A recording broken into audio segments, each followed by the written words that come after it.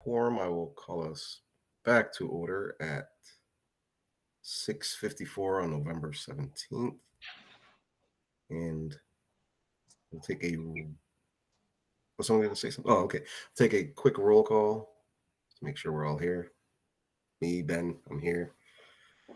Peter, Peter present. Sarah Bess, Sarah Best present. Margaret, Margaret present.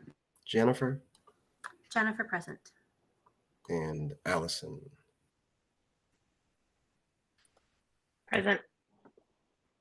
All right, and I will start off with public comment. It's brief. If I could have permission to share.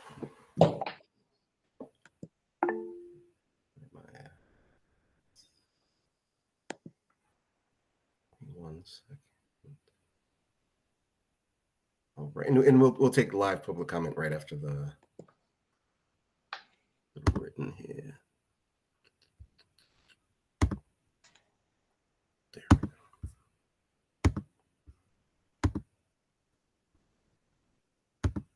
And can everyone see that? Just need one head nod. There we go. I got a thumbs up. That's good.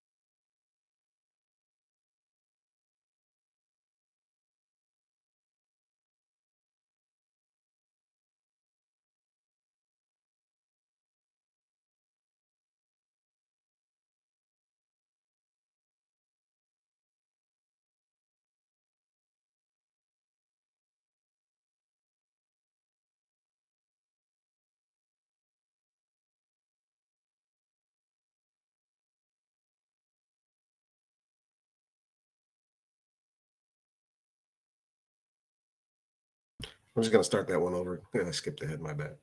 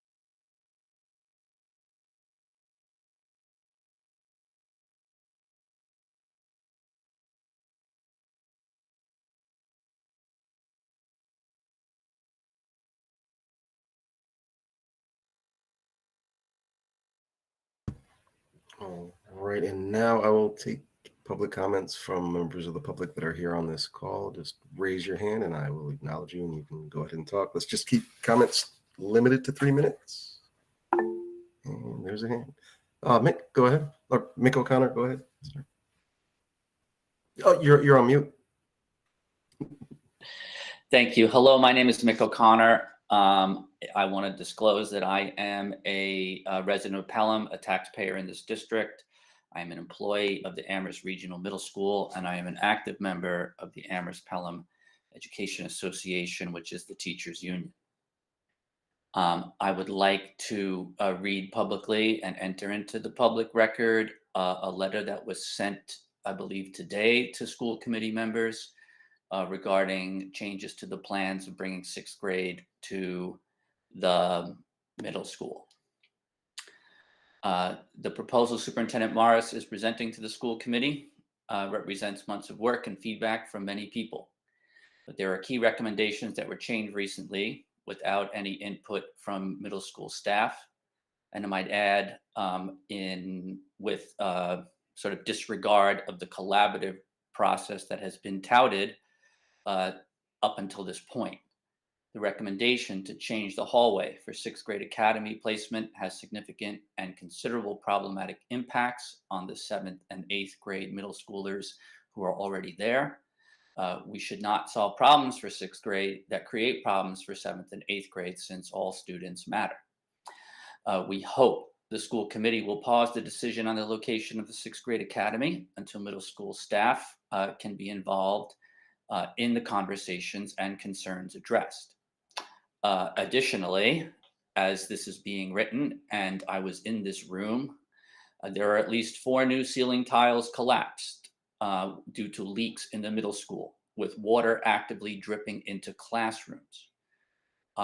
With millions being spent on a new elementary building, and I see on this agenda the track itself, we respectfully hope that repairs to the Arms building are part of the overall plan for the well-being of students in the Arts District. The new recommendation has 6th graders moving to their own hallway with their own bathrooms. That plan would include room C18 through C25. In other words, a whole wing of the building plus 2 rooms in the center hallway and the adjacent bathrooms. The new 6th grade academy proposal will use half the bathrooms on the 2nd floor for 146 grade students, which leaves 400 students, 7th and 8th grade students, sharing the remaining 2 bathrooms. Many of the current behavior issues in the school involve the bathrooms. The back hall is ideal for 6th grade academy because it has its own entrance at the back of the building, does not negatively impact the traffic patterns and movement of 7th and 8th graders. Changing halls significantly interrupts this traffic pattern and the movement of the other 400 students. We know that moving 6th grade here will entail 7th and 8th grade teachers moving no matter where 6th grade is housed, but using the current 8th grade hallway, which houses team classes, would have greater impact on teachers and students than the back hallway. The back hallway currently has one room that is empty and used for occasional meetings. There are 3 rooms that are used for students part of the time. This is because 2 teachers are part-time. In addition, there are 4 rooms that are already SE program rooms that could be shared spaces. The proposal from the educators signed below here is to use the doors near C18 for a 6th grade academy entrance, to revert to the plan for the most part of where the 6th grade hallway was before today's proposal, and to consider the 6th and 8th grade math intervention room, the 6th and 8th grade computer room in the middle hallway. These are located in spaces that are least disruptive. We thank you for your consideration. The ARM staff haven't been presented with an opportunity to have a full staff discussion on the new recommendations, and we look forward to that opportunity and collaboration.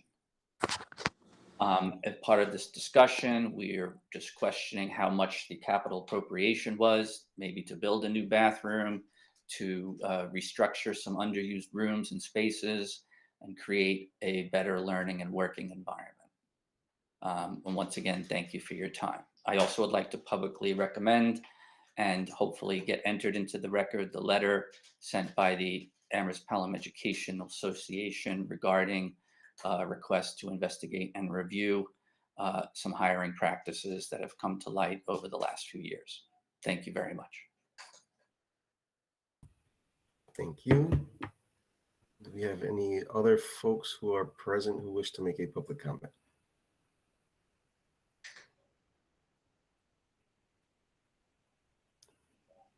It's looking like no, so we will move on to the next item on the agenda, which is policies. Kick that over to Peter. All right. So these are batch 3 policies in one agenda item. They're all first read. So I think we could probably get through these fairly quickly. First read meaning we'll have an opportunity for second read and then an opportunity to act on it again. So this is first of 3 potential cracks at it. So I'll go through them each briefly and then, open up a discussion on any of them. And also, please, anybody on the policy subcommittee, which includes Jennifer and Sarah Bess here tonight. Stephen is here. I should always make note of Deb Westmoreland, who does an incredible amount of heavy lifting for us on the policy subcommittee. And appreciate her work as always. So the first policy, GBEA, Code of Conduct for Public Employees. So this is part of the policy subcommittee's ongoing review of old policies. And this is one that Deb looked at. And essentially, this original policy, as it currently stands, predates ed reform. And so it's very specific to details and practices. It also predates the Massachusetts State Code of Ethics. And so the doc on the attached to the agenda item has the current policy in full, and then the suggested replacement in full, which is based on the MGLs that are linked at the bottom. Deb noted that the wording is taken directly from the MASC sample policy. It's virtually identical to what many other districts have. So that's one. The second is actually, I'll save this one for the last one. No, we'll just do this one. BEDH, School Committee Public Participation at Committee Meetings. So this is one that we've looked at relatively recently. We've some updates through COVID, I believe, and we talked about it at the full committee, I believe, a couple of times. So what's highlighted in the draft document is some sample text that we've proposed for updating. Some of the more notable changes are the manner in which you can submit public comment. So this is dependent on verifying that it would function with our tech department IT. So we should probably verify that, but if possible, to be able to submit it via text. It seems technically possible to be able to send a text to an email and have it received. So that was one update there. Another one, the change is public comment can be submitted in the speaker's preferred language, and the district will make reasonable efforts to translate submissions. So we talked to Deb Westmoreland about what this would entail, and from what she describes, there's some tools now, some software the district has available that makes it a lot easier to translate different languages into English that we've had a lot of success with. And so we thought that the phrase here, "will make reasonable efforts," means we'll do everything in our reasonable power to build it. So if you submit something at 2:59 and we're not able to translate it, that's we'll based on staffing availability. So we talked about that, but we thought that was a reasonable phrase to include there. So those are the major changes there. And then the last one is policy DFE, fiscal management royalties. This was another very old policy that we had our attorney Mark Terry review, and he suggested replacing the entire thing with what's available in the red text there. I believe Jennifer worked with Mark on that. So Jennifer, if you have any additional comments on that. Yeah, he just he looked at the current policy, which Mark Terry said has some contradictions in the current policy that in some cases the materials are retained by staff members, in some cases is retained by the district. So he suggested replacing it with what's below, which is more in keeping with best practice. All right, so those are our three policies for first read. We can take any input, any discussion, and then we'll obviously bring it all back for second read. Thank you very much. Anybody have any comments, questions, or anything for anyone on the policy subcommittee? All right, so we will move on to a discussion about the track and field project. Oh, sorry, Allison, go ahead. Yeah, I just have a question as to what this agenda topic is.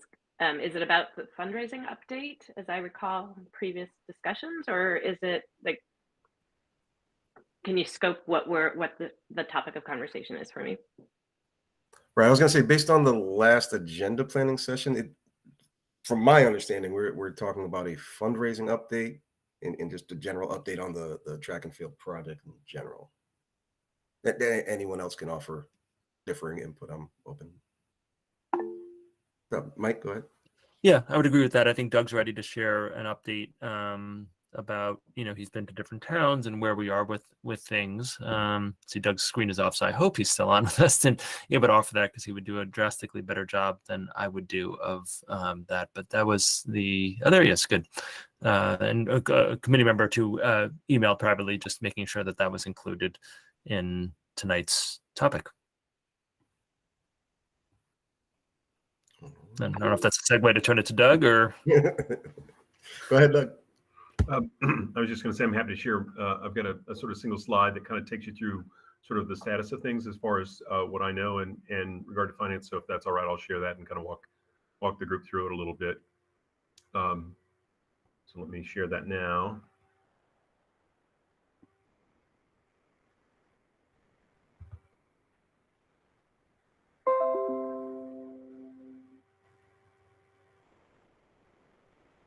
And see if I can make that just a smidge larger for folks. That's too much. I think that may be as good as it gets there. But nonetheless, this sort of lays out, sort of the funding plan that we last spoke of in the spring, as far as there's a debt authorization for $1.5 million. We have a very prescribed methodology using EQV, or equalized valuations, to distribute that cost across the 4 member towns. And so in that top row, you're seeing that those 4 amounts for each town are in place. That went through, we did as part of our regular capital process, the authorization you guys voted on in the spring and in March, when we typically do those. And then the member towns have the opportunity to to take action or not take action. If they take no action, it by default is an approval. And each of the 4 towns either took an affirmative action relative to that authorization for some funding and some borrowing, or they either affirmatively took action or took no action. So they sort of did a pocket approval. So those amounts that are shown there are just the base amount. It doesn't include any interest calculation or anything like that. And so we had proposed that something like CPA, which would be eligible for some of the funding of the track project.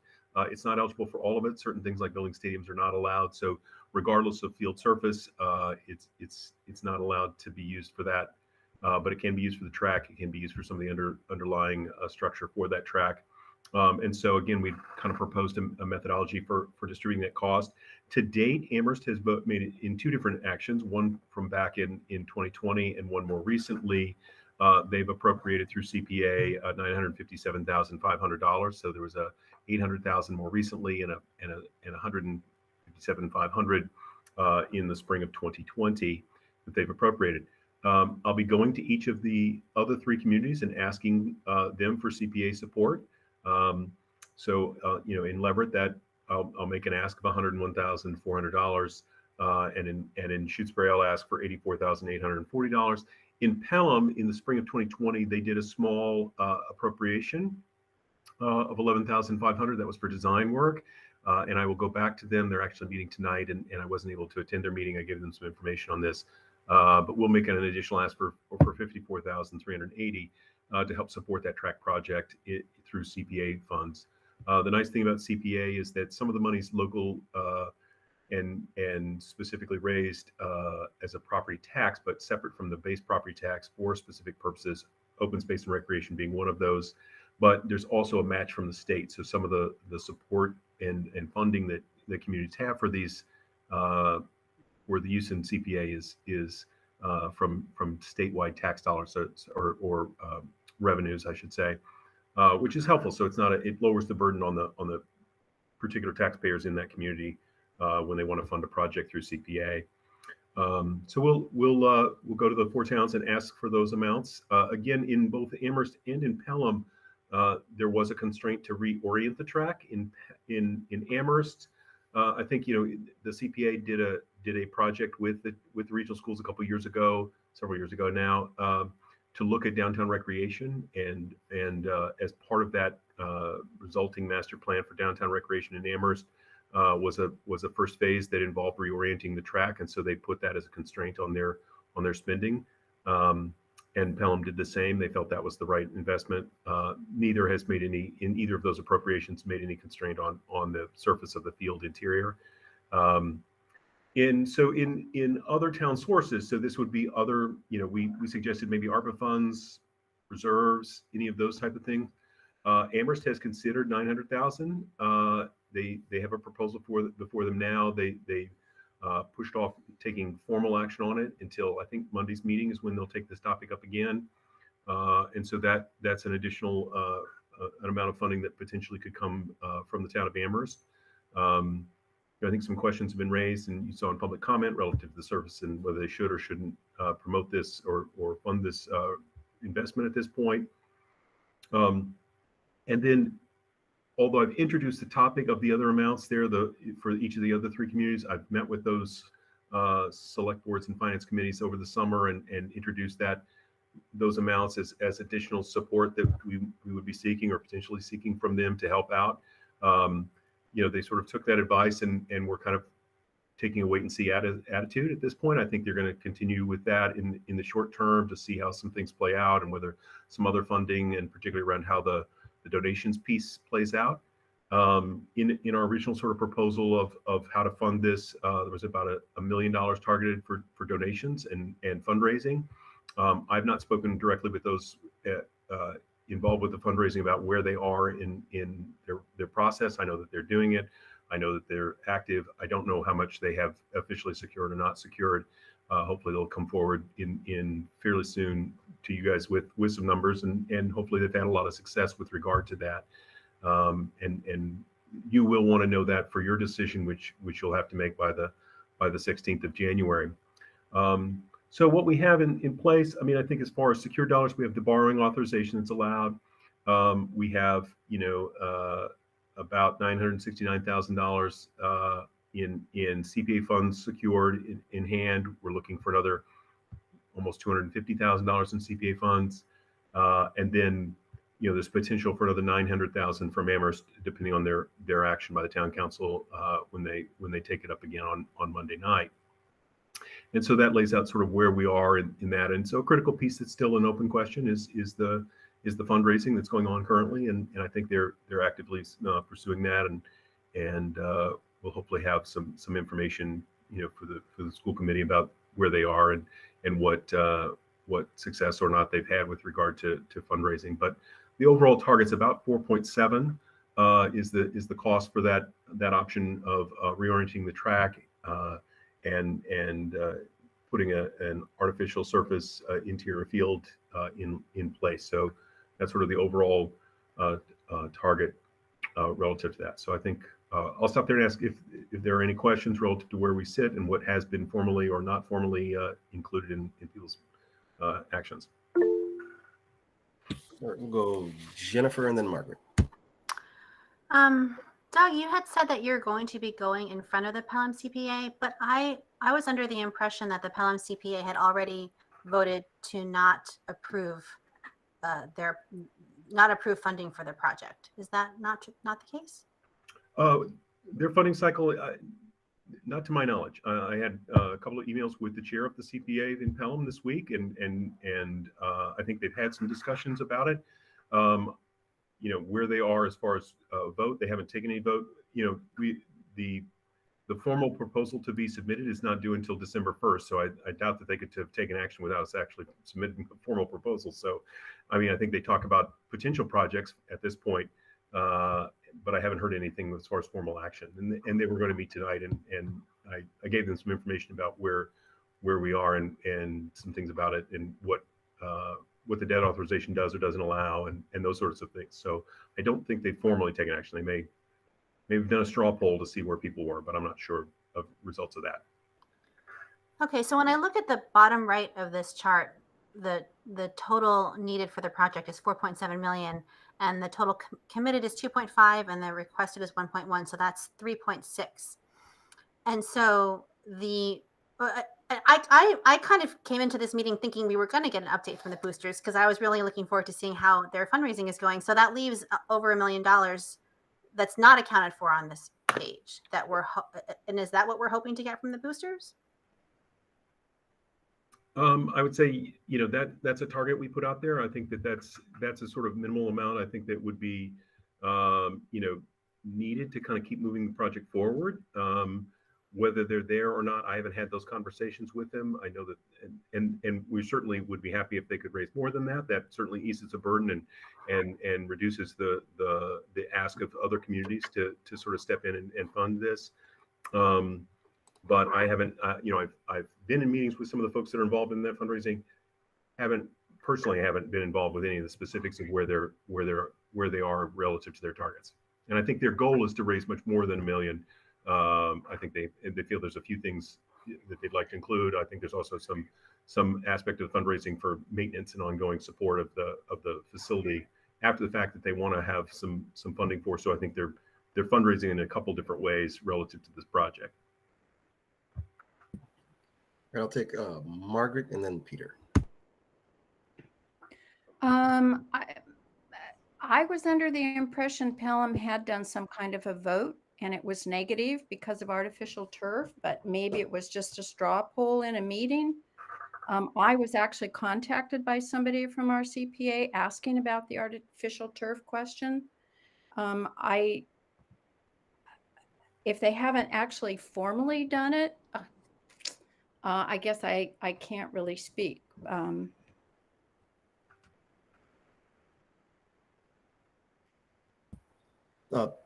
Peter and then Doug. I'm happy to defer to Doug. So I'll just follow up on the CPA committee. I think the indication to me from the chair was that there was definitely some concern about an artificial surface and whether they would want to support something if it was to include that. but again, I don't know that they've formally taken action yet or not. So I think there's been some discussion amongst the group, whether they've, and I mean, like I say, I'm inferring that there was a bit of a straw poll, but I haven't actually filled out a proposal and submitted it, so I don't think they could have voted yet. Mike. Yeah, I just wanted to. I don't want to be the semantics guard, but the topic was track and field project, and the track with the fundraising, from the towns already occurred.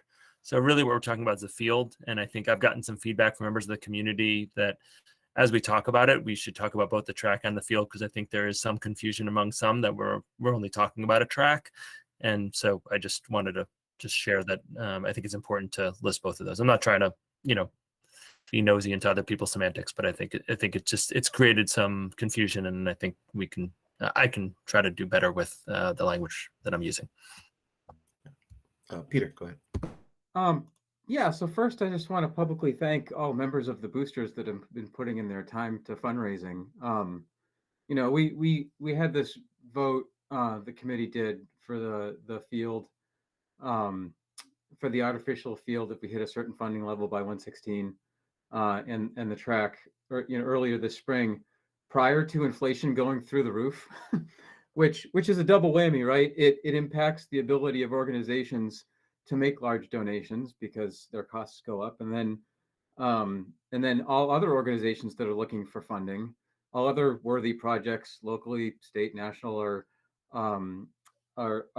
we're all trying to raise money for things. So it's a double. Their costs go up too, right? So I appreciate that. And I'm certainly not an expert fundraiser, but I'm not surprised that we don't see boosters running down the streets screaming at the top of their lungs for fundraising, because we're talking about a very large capital ask of the community, and from my very basic understanding of large capital campaigns is that you do your conversations with your larger organizations, you try and establish those contributions first, and then you take it to the public, right? So that you can show some progress and momentum. And so I'm sure it's been very challenging for these volunteers that are trying to meet what we have set out for them.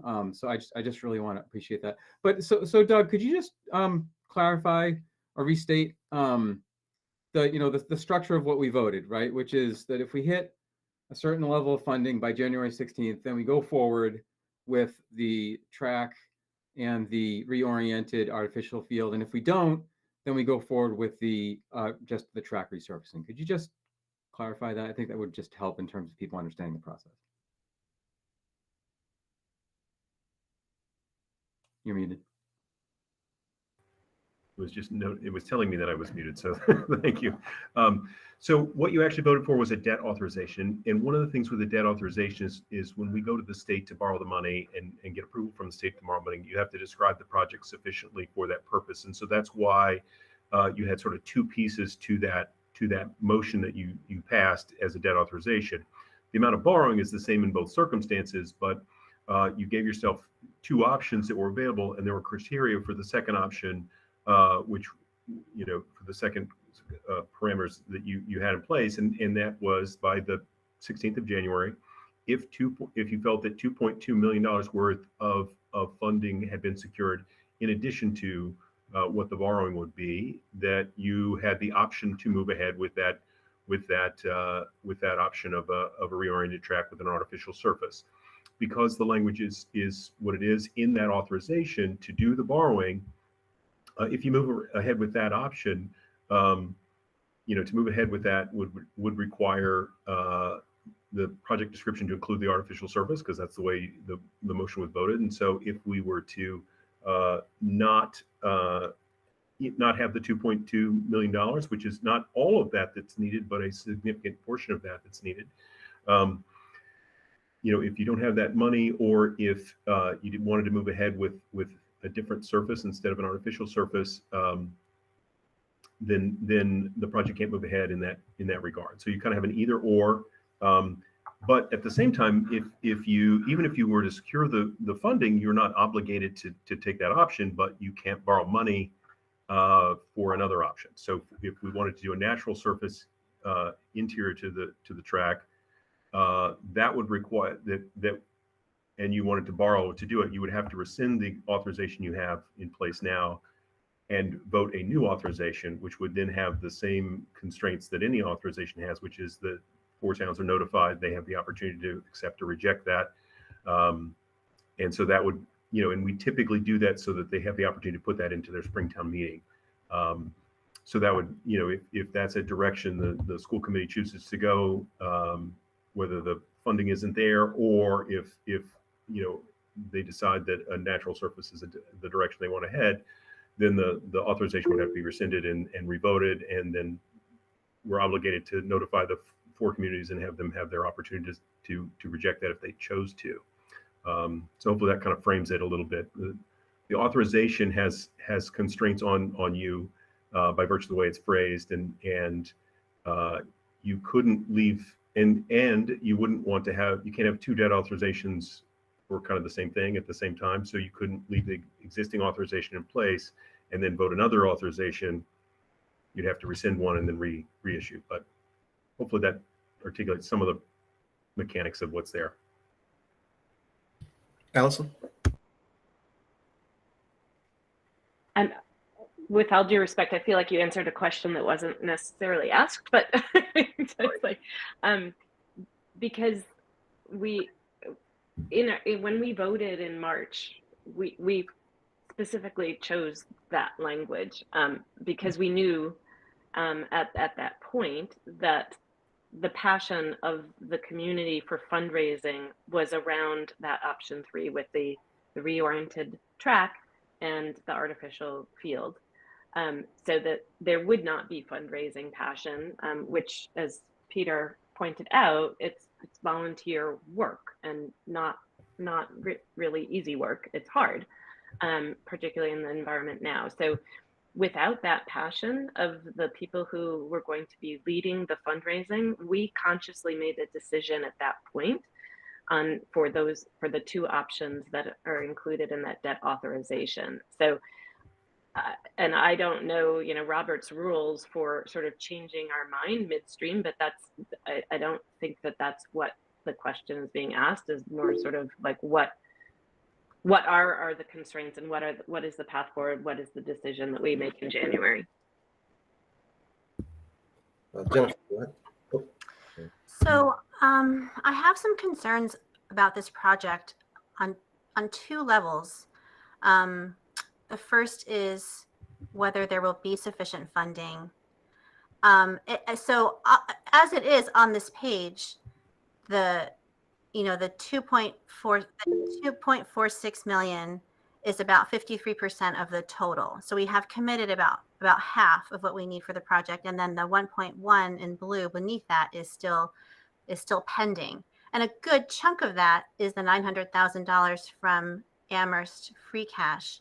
And from watching the Amherst Town Council meetings, it seems like that's not a sure thing. They haven't voted yet. They're going to talk about it on Monday. But it seems like that I don't think at this point we can't.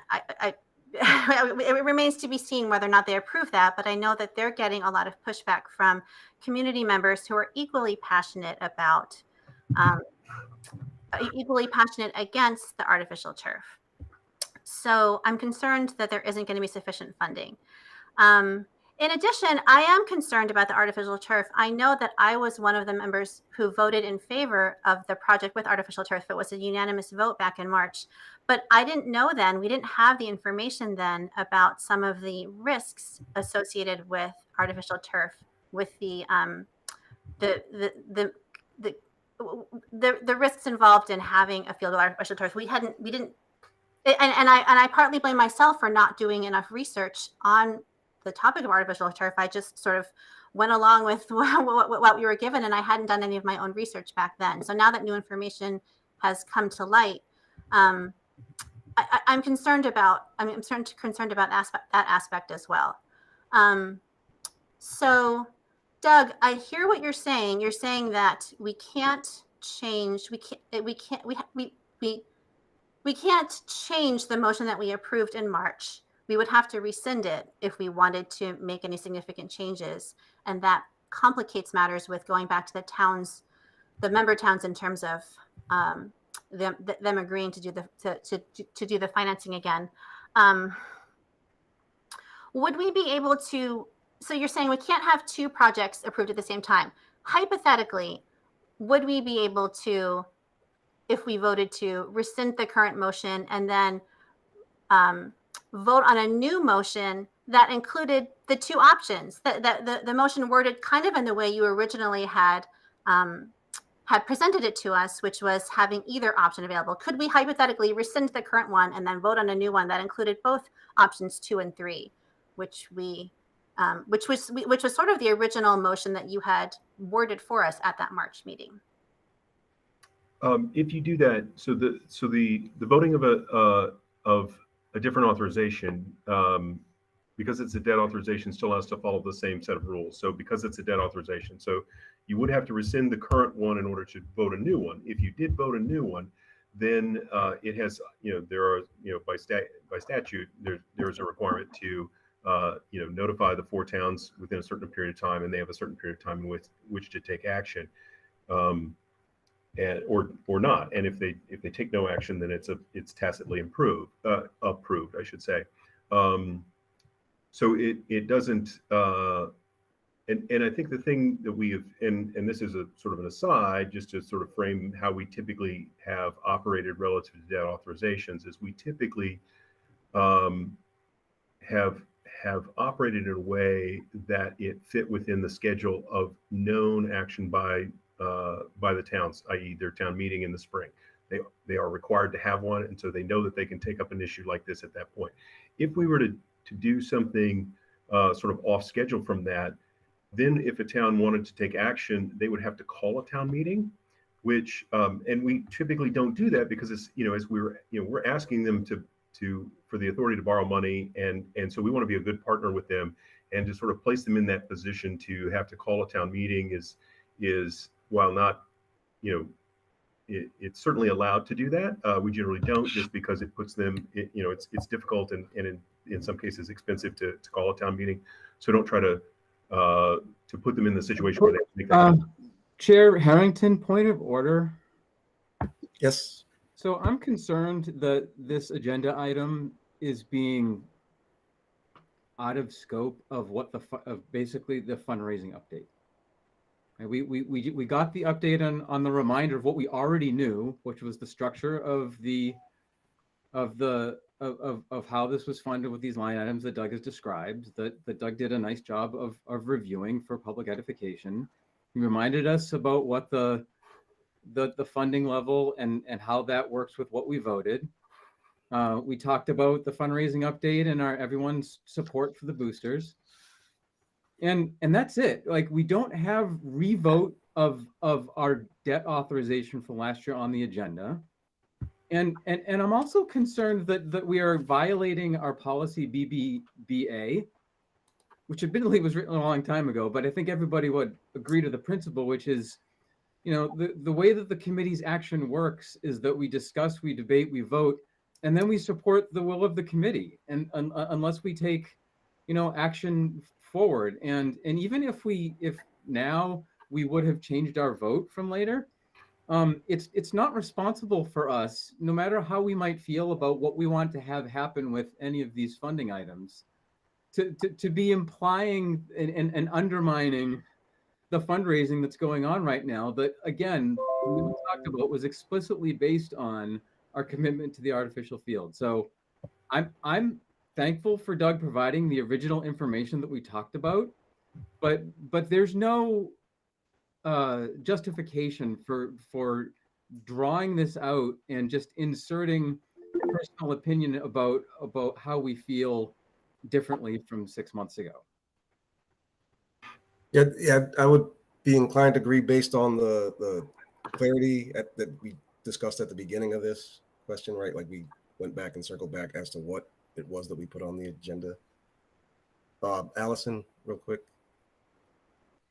Yeah, and I think I share that perspective on agenda, and changing votes. And it's middle of November. This is a fundraising update. If we have concerns about fundraising, that's fine. That's why we put in what worded our motion the way we did, which is January 16th, we're going to look at where we are with where the group is with fundraising. And if we don't have the funds, then we go to option 1. And that was our decision. And I suppose it could open the door for us to, if we choose to, and we agenda it, that we could have a conversation about whether we want to reconsider option 2 and go through rescinding that. But we had an extensive conversation about why we rejected option 2 at that point. If we can't, the funding, that $1 million plus, is not going to be there, and that was sort of the rationale at that point. But my point is this is a fundraising update. We've gotten the update. We've shared that some of us are concerned about the state of the fundraising, and in 2 months from now, we're going to come back at this and have that conversation about where we're with fundraising and what does that mean for where we want to go. I don't think we should continue having this conversation about what this project is. That is not what the intent for this agenda discussion was for. So, real quick, we'll hear from Jennifer and Margaret, and then if we don't have any more to add regarding fundraising, I believe we should probably continue on in the agenda. I've spoken already, so I'll let Margaret go first. All right, Margaret. I would like to request that we add to an agenda an opportunity to talk about the artificial turf surface. None of us did any due diligence regarding PFAS at that time. I think we were all negligent in that regard, and we are starting to hear a lot from our community, and we are starting Point to of order. Point of order. Fine, I'm done. I just Please don't project. Please don't project on due diligence on other members. Okay, I take that back. Thank you. I would just like to make the request that this could be a future agenda item. That's worth discussing later on. Yeah, Jennifer. I second the request to talk about this in a future agenda item. And with all due respect to the process that we're following, the agenda item says track and field project, doesn't say fundraising update. So I assumed that the general topic of track and field was permissible in this meeting since that's what's on the agenda. Okay, the last thing I'll say is that our job as school committee members is to make decisions that we feel are in the best interests of our district and our students, not to, that's all I'll say. Thank you.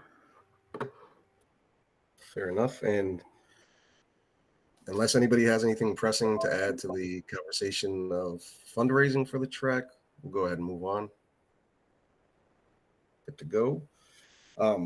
So the next item is warrants, and we don't have Irv. So speaking of future agendas, we're gonna have a long one at some point. So now we can move on, and I'll pass it along to the job. Sorry, Sarah Bess. I just have a question about the warrants.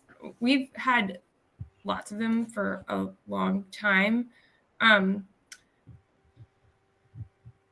I am worried the information is not getting out there as it's supposed to be, right? I assume there's some sort of timeline that is supposed to happen with these. So maybe we need to make a different plan about how these are shared.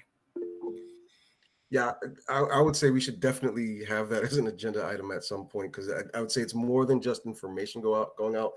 Doug can probably correct me on this, but I think there might be some payments due in certain places. Mike, go ahead. Yeah, I mean, my recommendation, and I think it's fair because warrants is the agenda item, to, and we've done this before, is to have a backup warrant person involved. And that way, if the primary warrant person, for whatever reason, is at a meeting or not able to, whatever, that there's a fail-safe in that. and they can communicate with each other. So we can put that on the agenda, because I don't think we should take further steps on that probably with how it's listed, but I think there are alternatives, because I agree with Sarah Bess's comment that we do need to figure out perhaps a different system or additional fail safes to prevent this long a time from happening before they get read out loud. And I'm with you. So we can add that to future topics. Thank you, Sarah Bess. Yes, absolutely. And with that, I will now turn it over to the chair of the Amherst School Committee.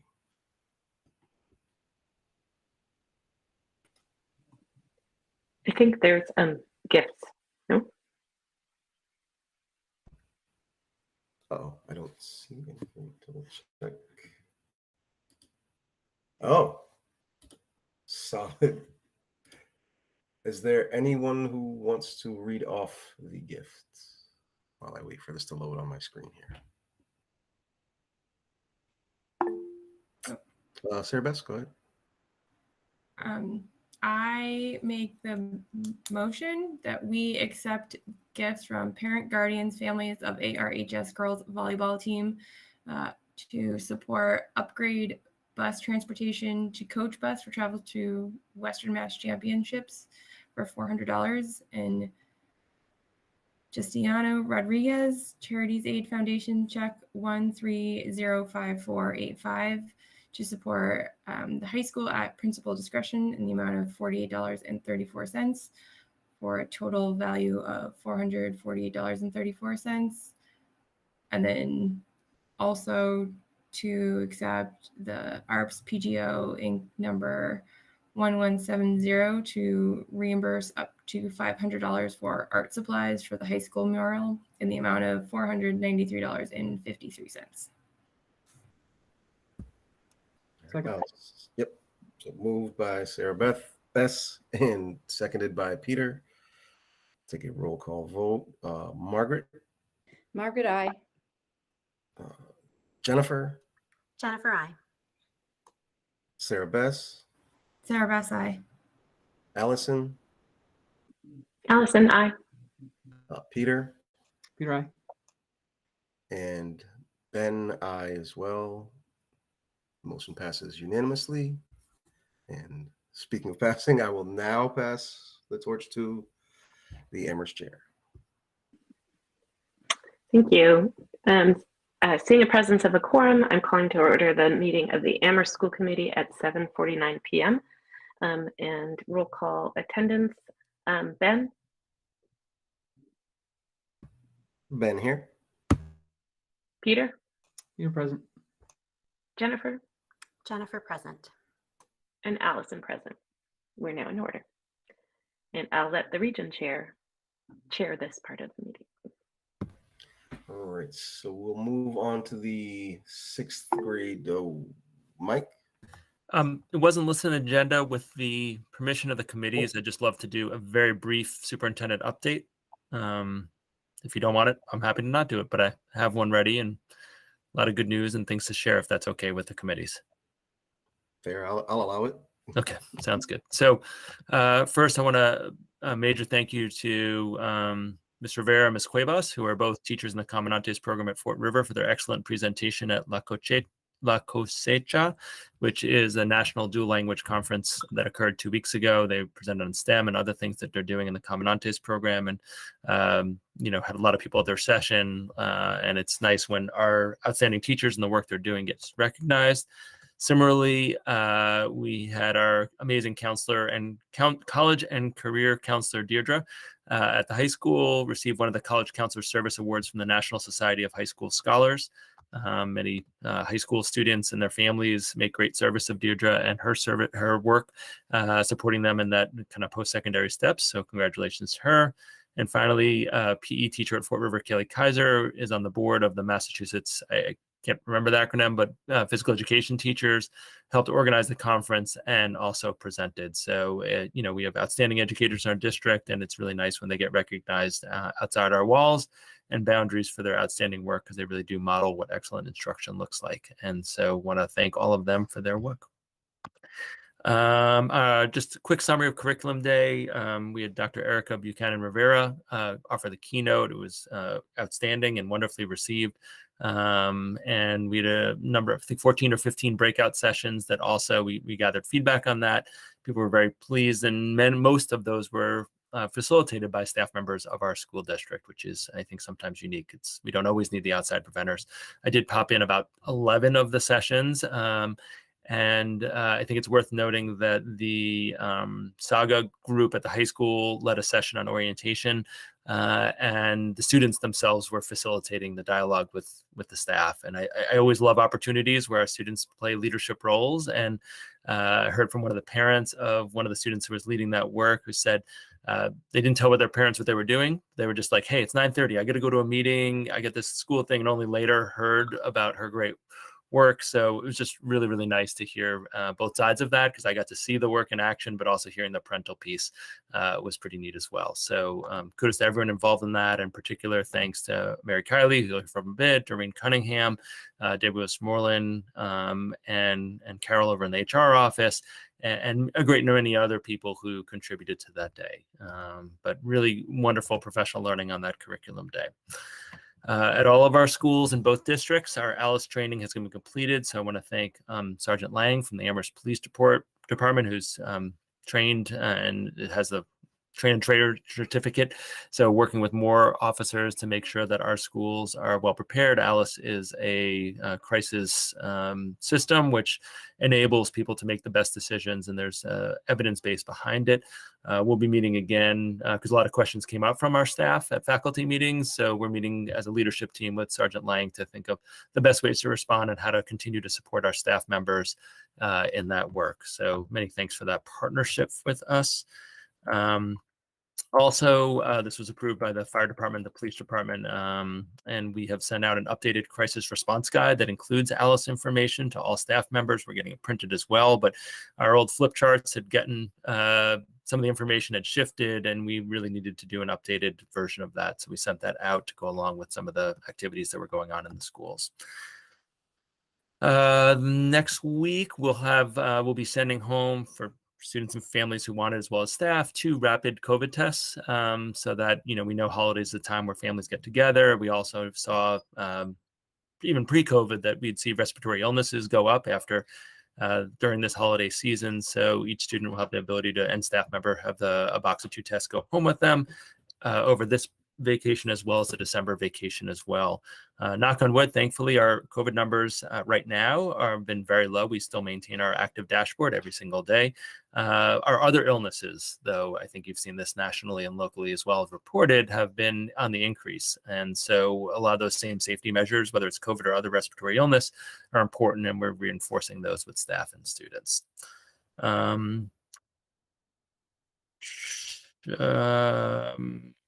Last week, I believe, there was an event where Amherst College hosted for members of the Amherst School Committee, Amherst Town Council, and some members of the staff to attend. And, I was just really pleased that there seems to be a growing connection between Amherst College and our district. I feel that way both professionally and personally. So really appreciate the efforts of the new president to make more connections.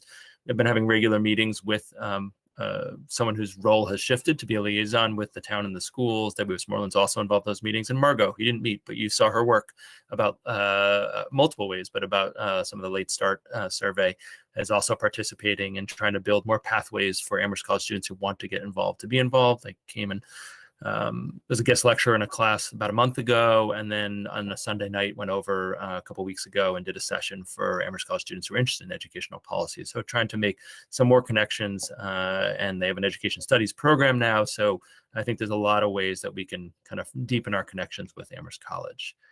And it's a lot of neat things next week. So one of them that I always look forward to is Summit Academy has a Thanksgiving gathering, and it's a really special community event. And they've done it every year. They did even sort of COVID year online, which didn't have the fixins the same way it does when the students are involved in cooking and bringing in the food and staff.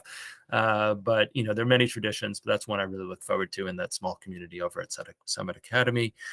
I think the last thing I will mention is something we will bring up on the next regional school committee meeting is the MSBA, the state funding source, has suspended the grant program that supported the accelerated repair, which is like roofs, doors, boilers, roofs and windows and boilers. So we've had multiple applications in for quite a while for the MSBA for the middle school roof.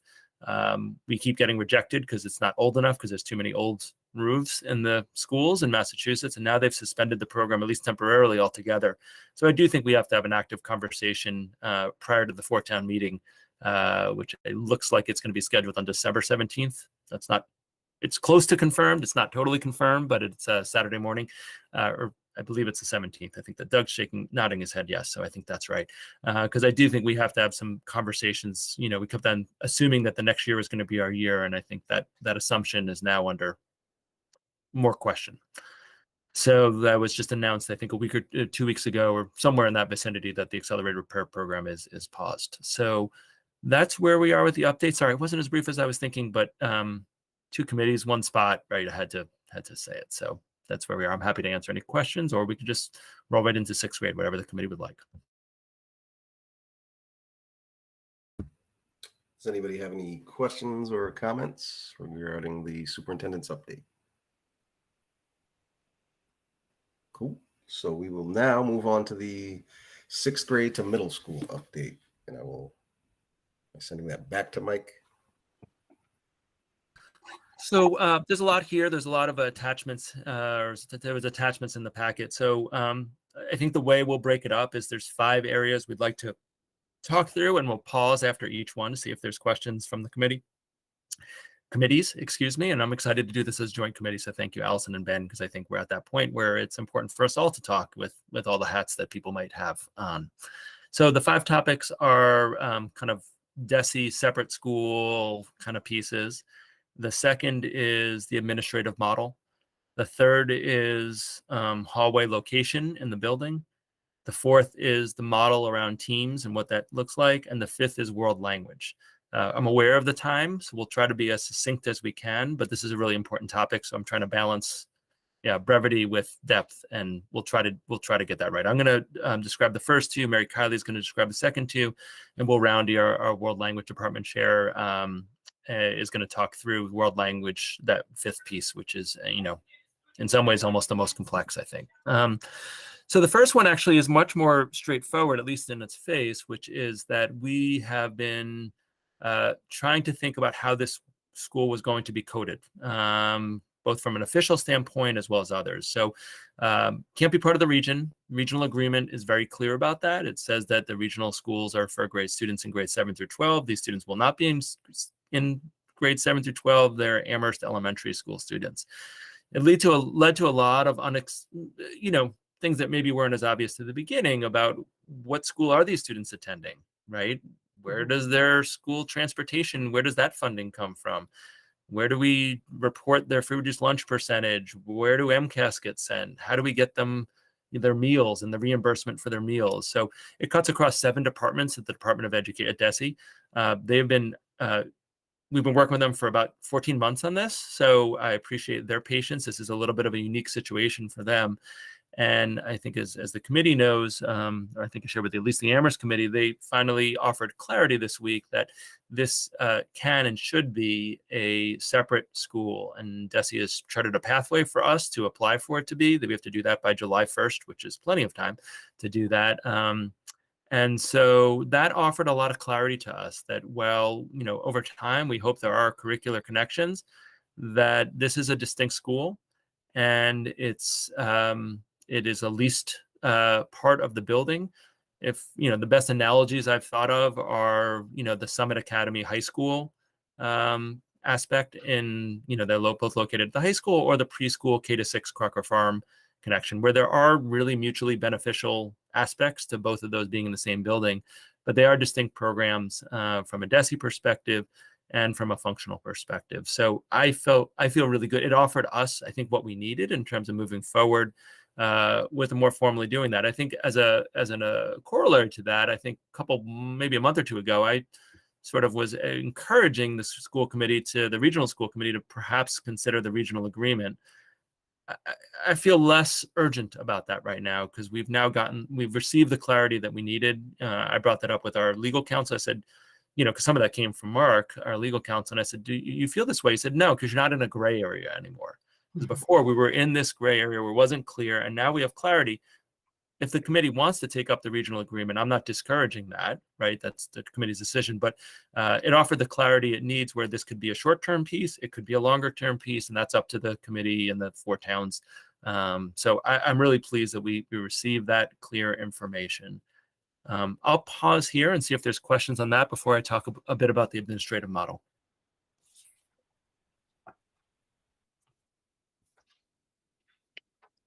Okay. I think I'll keep going then. So the second, this is a shorter piece, which is the administrative model based on a lot of feedback. And this is nothing new. This is consistent with the summer recommendation. We've now posted for a principal job. It's modeled off one of my other districts, Pelham Elementary School, which is roughly the same size. So it's like 11-month position. My Pelham friends here know that well.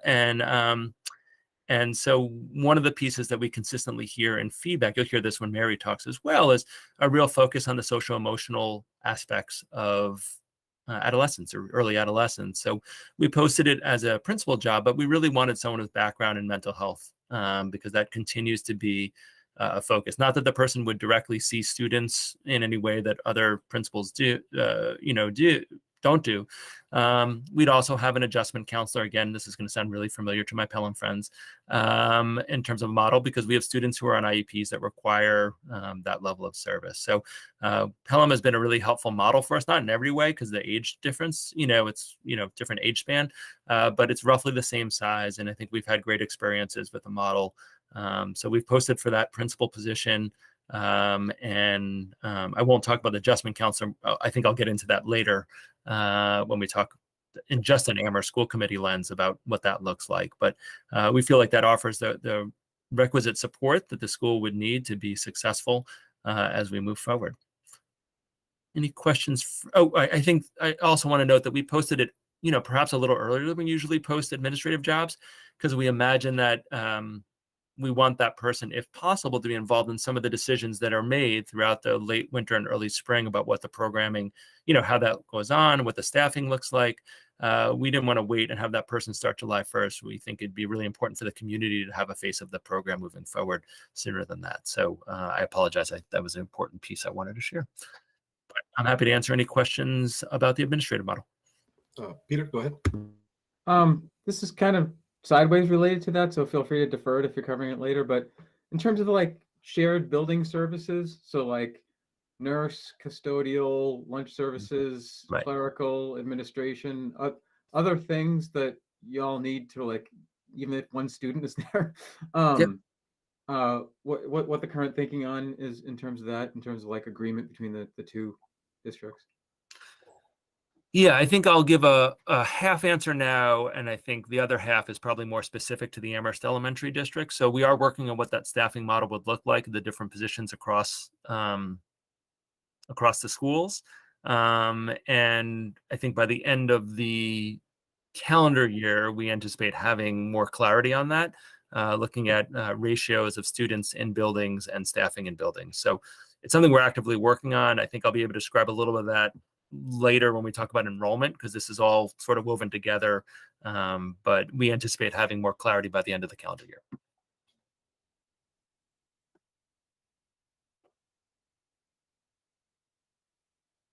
Okay, then I will turn it over to our curriculum coordinator, Mary. Thank you for being here, and thanks for your patience. Yeah. And she's going to start by talking about some of the physical location aspects. And none of this is all in the packet. And I should say the recommendations will all go home in the newsletter tomorrow with yet another survey. I think this is our 4th one since July, to gather more feedback from staff and the community. But I'll turn it over to Mary. Thank you. Yeah, thanks, Mike. So our Amherst 6th graders next year are going to have a lot of new things in their lives. They're going to have new classmates. They're going to be in a new building. They'll have new academic challenges. So we felt it was really important to provide them with a smaller community and a more limited sphere of operation during that critical first year of middle school, because we really believe that's going to be more conducive to their developing those feelings of security and belonging that promote really positive outcomes. So that's why we're recommending a separate hallway and with its own bathroom. So I'm going to share my screen briefly. I know one of the public commenters talked about some of the rooms. I'm just going to show you on the second floor map where these two hallways are. Okay.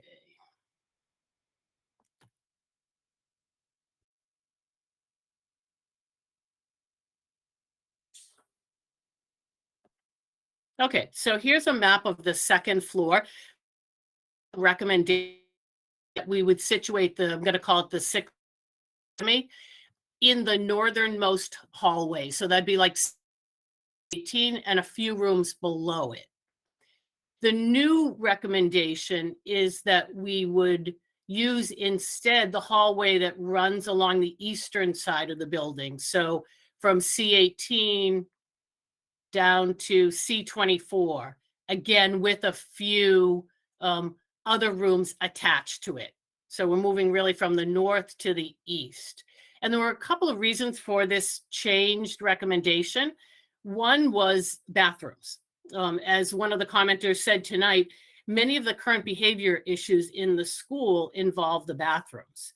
And we're aware of this, and families are aware of this, and we're concerned about that on behalf of sixth graders. We really believe that for safety reasons, what's best for sixth graders, who we have to remember will be 12-year-olds, is to be on a hallway that has its own bathrooms.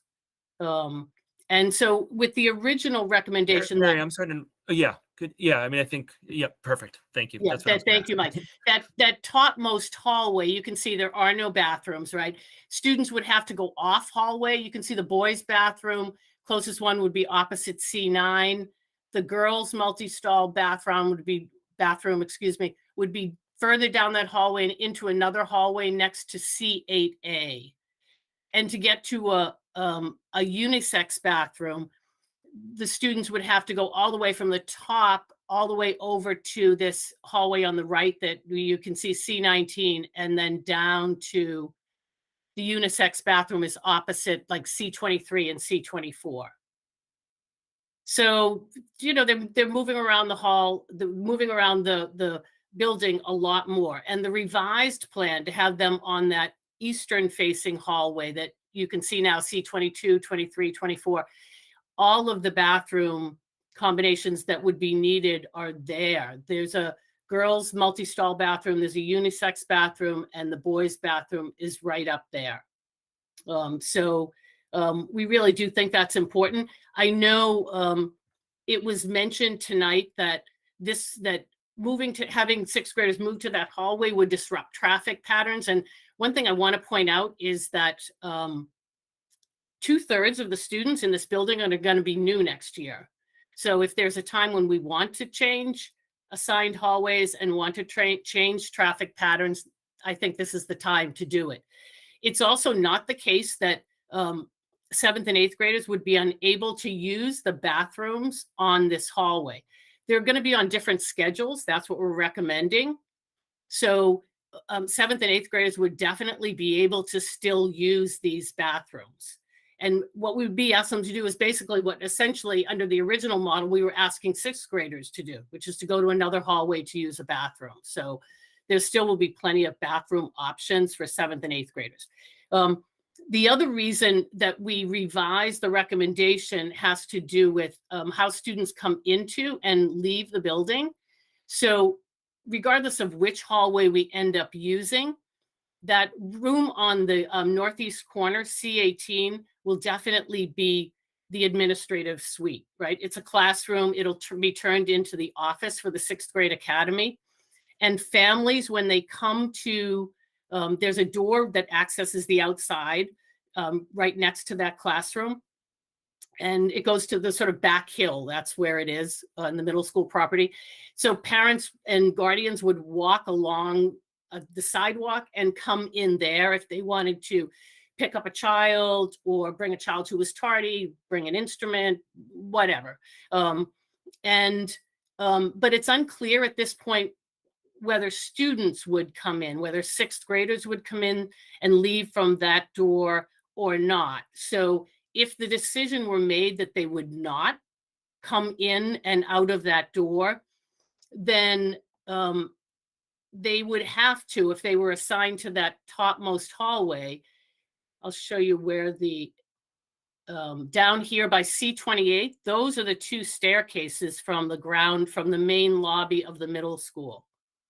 So it would be a bit of a problem, right? And if they're coming in and going up those stairs and they have to get all the way up here, they either have to cut through the library, or they have to go all the way through this hallway that begins on C25, the one where we're saying should be the 6th grade hallway, all the way up and into that back hallway. So we think it'd make a lot more sense for, if they are using those front stairs, to come up and just turn right, and here at C25, the 6th grade hallway would begin. So those are some of the main reasons why we're recommending that change. I'll stop sharing, and if there are questions. Jennifer, go ahead, and then we'll take Sarah Beth. So, Mary, the document that was posted for us, your memo, says that 6th graders will have their own hallway with their own bathrooms. Mm-hmm. But you just said that the 7th through 8th graders could use the bathrooms that would be assigned to 6th graders. I was glad when I saw they'll have their own bathrooms, because don't we not want 7th and 8th graders to be using the same bathrooms? Because isn't there problematic behavior in bathrooms? And I would feel better with 6th graders having their own bathrooms that it's not expected or encouraged that 7th and 8th graders would also use. I agree with you. That would be preferable. And the fact that they're on different schedules, I don't think there will be that much, if 8th, 7th, or 8th graders come by, kids will mostly be in classes, but people do go to the bathroom during class. So you're right. I mean, that would be the ideal scenario, but I don't think we have enough bathrooms to completely eliminate that possibility. I really don't. But the 6th grade teachers, Jennifer, will be there. Because that's the homeroom hallway. And so I think there's a lot more oversight just by virtue of having all 6 homeroom teachers on that hallway. So when there are older students there, the teachers are right there. The 6th grade teachers are right there. Mike, go ahead. I think I'll wait for more questions. I have a couple things to say on that, but Sarah Bess's hand was up first. Oh, Sarah Bess, go ahead. Oh, great. Thank you. So looking at the map, the 6th grade will be the full right-hand run, C18 all the way to C25. Not C25, but C24, correct. All right, so then the bottom next to the stairs will be 7th/8th grade, right? Up the left-hand side and around the top until C18. Correct. Well, it hasn't been assigned, but I mean, it could be reassigned. But the space that we're talking about is currently an 8th grade hallway. It's the 8th grade hallway. I thought there were science classes over there. Maybe there's C25 is a science classroom. Oh, okay. Correct. Okay. So I guess I am trying to understand how it is a separate school within the building if there's still, bathroom sharing happening, because it looks like that corner, right, where 6th grade is being proposed has a lot of bathrooms, right? Correct. It has a boys' bathroom kind of tucked back. There's a girls' bathroom in the middle. There's a unisex bathroom. There's a staff bathroom. I assume that's a staff bathroom where it says staff on the map. And then for the other 2/3 of the school, for the other, 2 grades of students, there's 1 girls' room and 1 boys' room. Unless I'm missing a bathroom. And upstairs, yes, there's a bathroom downstairs near the lunchroom as well. That is a commonly used one, but you're right. Upstairs, that's right. But when these are where all like the most of the core classes are, right? For the most part, like, I mean, I know art is downstairs and all that good stuff. So are there going to be doors that separate the 6th grade off? And then to make it be a separate 6th grade academy? Is it not going to be as separate? I guess yeah, thank you. Please. Yeah. So, I mean, that's really good, helpful feedback. At this point, let me do two things, the technical piece and then the practical piece. So the technical piece is there doesn't need to be doors or anything that separates the space. It's lease space, right? I think on a practical level, we have not been actively thinking about sort of doors or partial doors that would sort of wall it off in the same way that, some of the other, although the preschool is functionally like that. There's no real door from the preschool. You go down a step of 3 steps, maybe something like that, if you're going one way and more the other way at Crocker Farm. So that is something that we could consider. In my personal opinion at this point, and I'm open to feedback, is that would make it feel like kind of very closed, which may feel good to some people, but just it's one hallway, and to sort of close it off with doors would feel, I think it would make it feel really kind of small and closed. But it's something that we could consider. We'd have to look at egress and things like that around that, but I'm not an expert in that area. But I think the kind of framing from our perspective is that, and actually it's something I'd really recommend folks to do, and it was really helpful, and both Mary and I have done it, is if anyone wants to come walk, it's hard to look at a map and get a feel for what it actually looks like. And so, please get in touch with me. You can walk with me, walk with Mary, because that was really instructive. We did get feedback from a middle school staff member who was offered some concerns about the back hallway from 6th grade, just in terms of how far away it was from, and it's, sort of less visible. And, and that really, for me, made me reconsider my thinking, because I really was pretty settled on the back hallway until that comment was made to me and Mary was there about, I don't know, 3 weeks ago or something like that, Mary. And we went up and walked, and it really does shift perspective on what it feels like and what it looks like. So I know I'm not doing a particularly articulate job describing it, but I really do encourage folks, if they're coming to drop off their kids or something, just give a buzz, and I'm happy to walk folks around. And I know Mary would too, because it really does offer a different perspective of how it feels and how the corners are. And just to your question, the bottom right-hand classroom, for lack of a better term, the reason that's not a 6th grade room is that's a science lab, and we're intentionally not, in the 6th grade, we're not touching the science labs, because that would change the programming at grade 7 and 8. So I know that one looks logically what it should be. This downsizes the scale of the space that we would need for 6th grade, from the back hallway, which has a lot more internal rooms, and that's just based on how many kids we're anticipating coming. So, and I want to say that some of the comments you've received are very real. It would involve a lot of relocation of staff, which is suboptimal, right? It's an 8th grade hallway now. The other one has a lot more, partially vacant spaces. Totally legitimate and totally spot on in terms of that. But we're trying to make what do we think is going to be the best situation for both the 6th grade and the 7th and 8th grade. And we're open to feedback, and I'm sure we're going to get a tremendous amount about it. But I think just to double down on what Mary said, we've consistently heard feedback from families thinking about 6th grade, and the bathrooms seem to be like a critical component. And walking outside the 6th grade wing, so to speak, to go to the bathroom, we already received feedback that that's a major concern, and this is trying to address it. Whether it's right or not, looking forward to your feedback, as well as feedback from the larger community staff and other stakeholders about what makes the most sense. Just real quick, I just want to reinforce what Mike said about actually going there and seeing it in person. No disrespect to the folks that designed that layout. It's not accurate. You're missing like a set of double doors in there. So for me, it's hard to see that, but that's just the engineering geek in me. Allison, go ahead. Yeah, I just have like a couple. They're less questions. Maybe there's like clarifying questions. So one on bathrooms and one on just like space and sort of separating 6 versus how separate they are.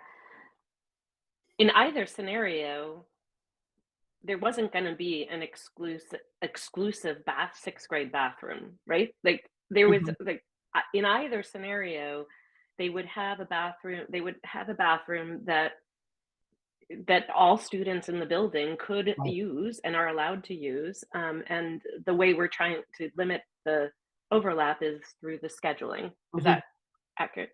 Mhm. And then also there, when we talk about sort of shared space, well, in the back, and I don't actually have an opinion, and which is why I'm asking these questions, because it seems to me like that there's some of the things, characteristics might be true in either scenario, but with the back hallway, I mean, presumably right now, some students have homeroom, have their first period class in that back hallway, and are having to walk that long distance all the way to the back of the school. So it's a matter of which students are having to traipse all the way to the back of the school, not Mhm. that students have to book, because somebody has to.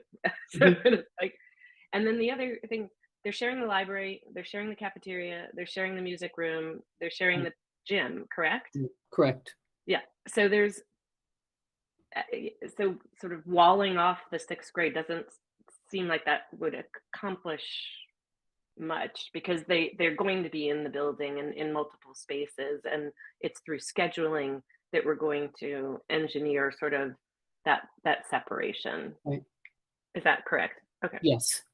Yeah, I think the only thing I'd add, if I could, is that if you think, and I think I have this right, but some of the classrooms in the back hallway, there's that bathroom on the first floor is right down the stairs if you go that way. So in terms of the 7th and 8th grade students, that's an additional bathroom that they would have access to. And yes, it's down the stairs, but geographically, it's not very far to walk down the stairs to get there. So it's just an additional wrinkle that we wouldn't expect our youngest students to make that. But for our 7th and 8th grade students, that's another bathroom option for them.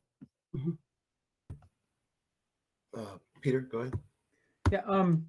So this is I don't really have an opinion either. I'm just more interested about process. So I appreciate the questions that Alice had. So you heard some feedback from 7th and 8th grade teachers wanting to have a full discussion and give feedback on this. In addition to the survey, will they have an opportunity to do that prior to sort of decision lock-in? And if so, when do you think that they might have that opportunity? I can answer that, Mary. Yeah, Yes, sure. we are. Yeah, we are planning on that. We've been meeting throughout the fall with members of the teacher leadership team, as well as the principal, to gather that feedback. But I do think that it makes sense to have a broader conversation so that everyone gets the same information. And then we'll see where the chips fall in terms of feedback that we get from staff, as well as from parents and community members. So I think sometime between now and December 13th, when we're going back to the Amherst School Committee for a vote, we want to make sure everyone has accurate information, and whether that's in person. What I did in the, a topic we'll talk about later at the Amherst School Committee is do an in-person, but also do like a video narration for people who can't go, and that I got some positive feedback that kind of allowed for multiple access points for staff members, and it was appreciated to have that multiple access point model. I would just add, yes, that Peter, that was really, we think of this as our recommendations, what we think will work best for 6th grade, with the understanding that no decision has been made. And there was certainly no intention to exclude middle school colleagues.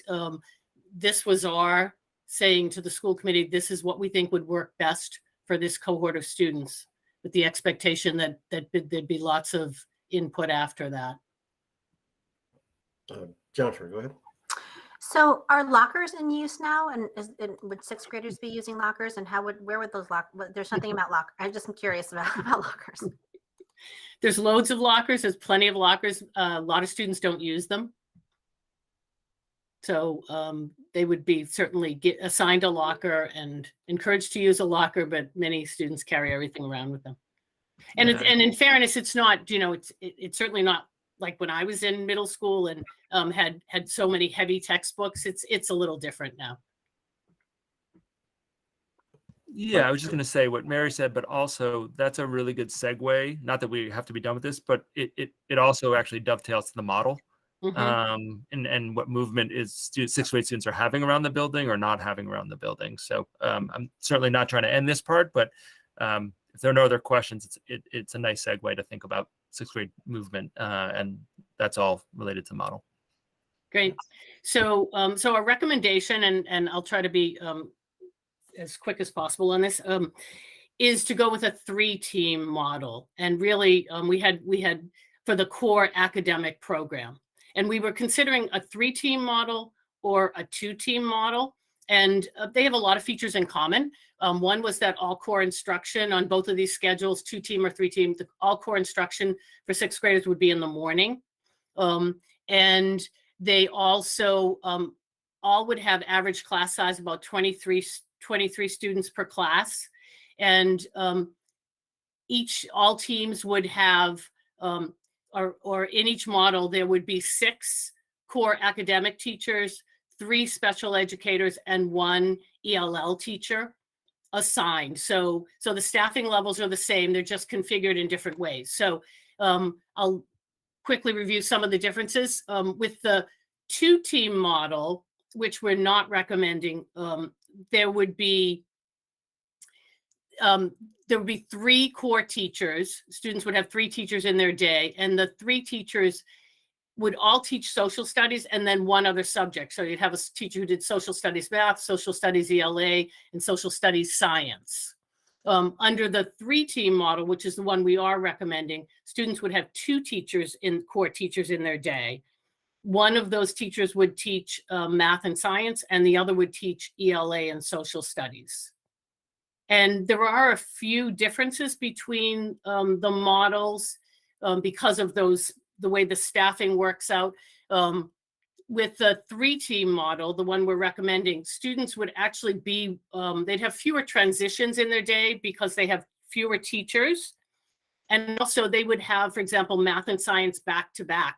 So those periods would be a little longer than under the 2-team model, where they would be moved around more. And just the way the scheduling works out with world language and advisory and other things in the afternoon, under the 2-team model, there would be 1 more opportunity for world language within the 2-week cycle, 1 more world language class. So when we asked people for feedback on this, we got a lot of interesting feedback. Our special education leaders in the district made it very clear that the 3-team model was the one that really supported students who would be on IEPs. The 2-team model had a real problem that way. It would make it impossible to schedule some students who became eligible for IEP services during the 6th grade year on their team. They'd have to cross teams, which sort of defeats the purpose of having a team model to get their services. So that's a really important consideration. And just the feedback that we got, the kids, interestingly, 5th and 6th graders wanted to move around more. They wanted to have more teachers in their day. The families were pretty evenly divided. About 20% said they didn't have a preference. They didn't care which model we did or didn't have a strong preference. And then it was pretty evenly divided as to between the 2-team and the 3-team model. So we are recommending the 3-team model. Although that, as with everything, I think we feel like we'll see how it goes the first year. And then if it needs to be adjusted, it will. And Mary, just the one other thing. Mary, if I could jump in, the one salient point, I don't think you've mentioned this past, but I just want to, again, double down on it. When we met with the middle school student council last spring, they said, when we were in 6th grade, we would have totally wanted the middle school schedule. Now that we're in middle school, we would not have been ready for all those teachers and those changes. And they said it so well. And we was just on the heels of us meeting with 6th grade kids who were like, we're totally ready, right? And so I really do appreciate, I want to go back to how many students have talked to us, and particularly the 7th and 8th grade students were so insightful about their former and current selves and that kind of adolescent transition.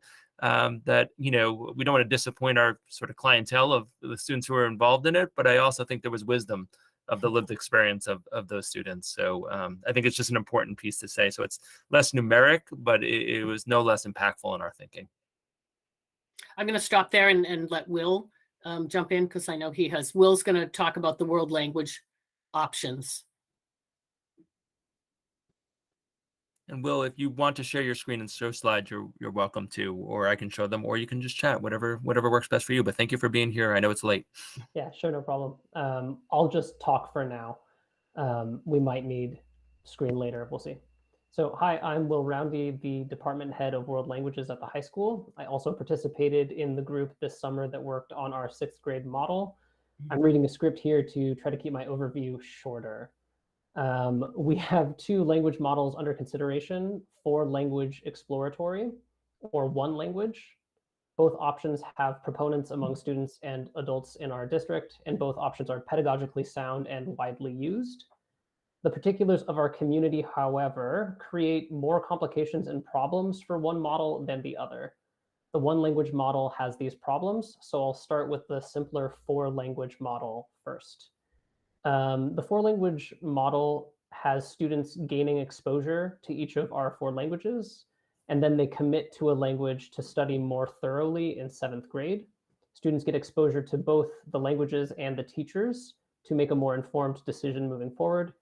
But maybe some students don't enjoy one of the 2 languages and they have to stick it out to the end of the quarter. In the 1 language model, students get right into their language and begin more serious language study, putting them farther along in their language by the end of the school year. But when the Leverett, Pelham, and Shutesbury students join the middle school in 7th grade, they need an introductory language class, while the Amherst students are 1 year ahead already. This creates the need of a 2-track language system, and this 2-track system creates a large number of complications and problems.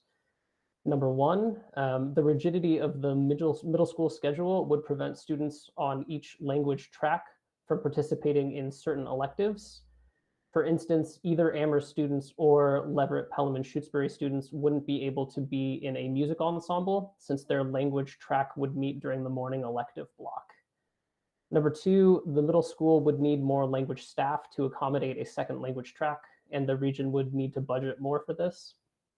3, unlike the Amherst students who would presumably continue to get their first choice of language options, the middle school would not be able to offer all Leverett, Pelham, and Shrewsbury students their first choice of language options, since there aren't enough of these students to justify 4 separate language classes for them.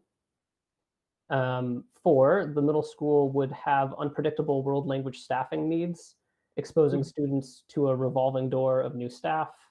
5, Leverett, Pelham, and Shutesbury students would be separated from Amherst students in language and other electives due to the nature of the middle school schedule. And 6, Amherst students would arrive at the high school ready for level 3 in their language, while Leverett, Pelham, and Shutesbury students would be ready for only level 2, keeping the kids separate from their same age peers through the high school. So those are the structural problems that arise in the 1 language model, mostly resulting from the fact that we would need 2 separate language tracks for students depending on the town they live in. Would you like me to say more, or do you have any questions? I can get granular if you want me to.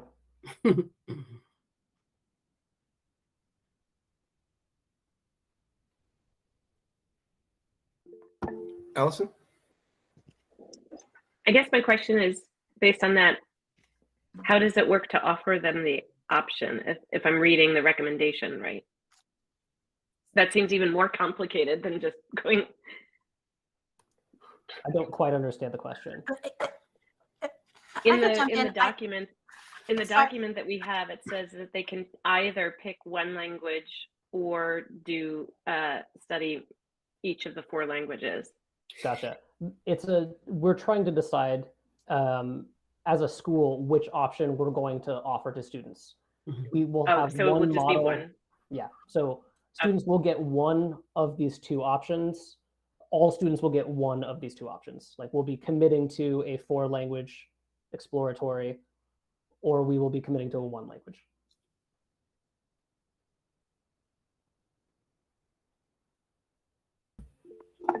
And oh, there we go. Peter, go ahead.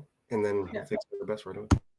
Yeah, I appreciated all the detail in the doc about how you thought through this process. I mean, I came away with it, but there's no perfect system, and there are disadvantages to both and advantages to both, and I tend to agree with the recommendation. I was, even though I've been really hoping that it would work out, because I've just talked to a number of parents who are really excited to get their kids going early on language and have it be substantive, such that they would be in a different place when they were in 7th grade. But you know, it's a plus and minus. So I guess my question is, you know, what's your current thinking on how to make this like the best possible experience, knowing that the disadvantage is that you may have a number of kids who for 3/4 of the year aren't particularly enthused about what they're being asked to learn. Like, what's the like? Do you think this is a successful model? Is it about how you teach it, how you bring in, you know, cultural aspects to the world language understanding? Not being a language teacher, I don't know what the options are. Will, do you mind if I just say one thing and then I'll turn it over to you? So I think, Peter, your sentiment is shared. I'll go out on a limb, I think, but your sentiment shared by Mary, Will, and myself, that we saw lots of advantages, and the logistical limitations of Amherst 6th grade moving up, right, seem to be hard to overcome, especially financially, hard to overcome. We don't want to pretend we have a system that'll work and then not be able to fund it. And then I'll intro it to Will that this is a really common system, right? There's lots of middle schools, 6th grade middle schools that don't have our layers of complications that opt for an exploratory model in 6th grade. So this is not a like unusual or atypical Amherst thing. This happens in many middle schools. And I'll turn it over to Will for more clarity on the specifics. Yeah, I went to a middle school when I was a middle school student that offered an exploratory model, and I don't remember it super well, but I don't remember it being a problem either. It's a more surface level exposure. It could be language focused. It could be culture focused. It's probably going to be a blend of the two. And our language staff will figure it out over their first year. We'll probably be playing a lot of games, doing things that are more interesting to a 12-year-old, and really just trying to give them a good experience. They'll come away with an understanding that the Chinese language uses characters. They'll come away with an understanding that Latin is an ancient language that the Romans used, and they'll learn which countries in the world speak these different languages, those sorts of things. And hopefully by blending some culture, some literature, some language, will meet most kids in some area of interest. Sarah Bess? Thanks. So are you looking, I guess I have two questions. One, are you looking for feedback on the models?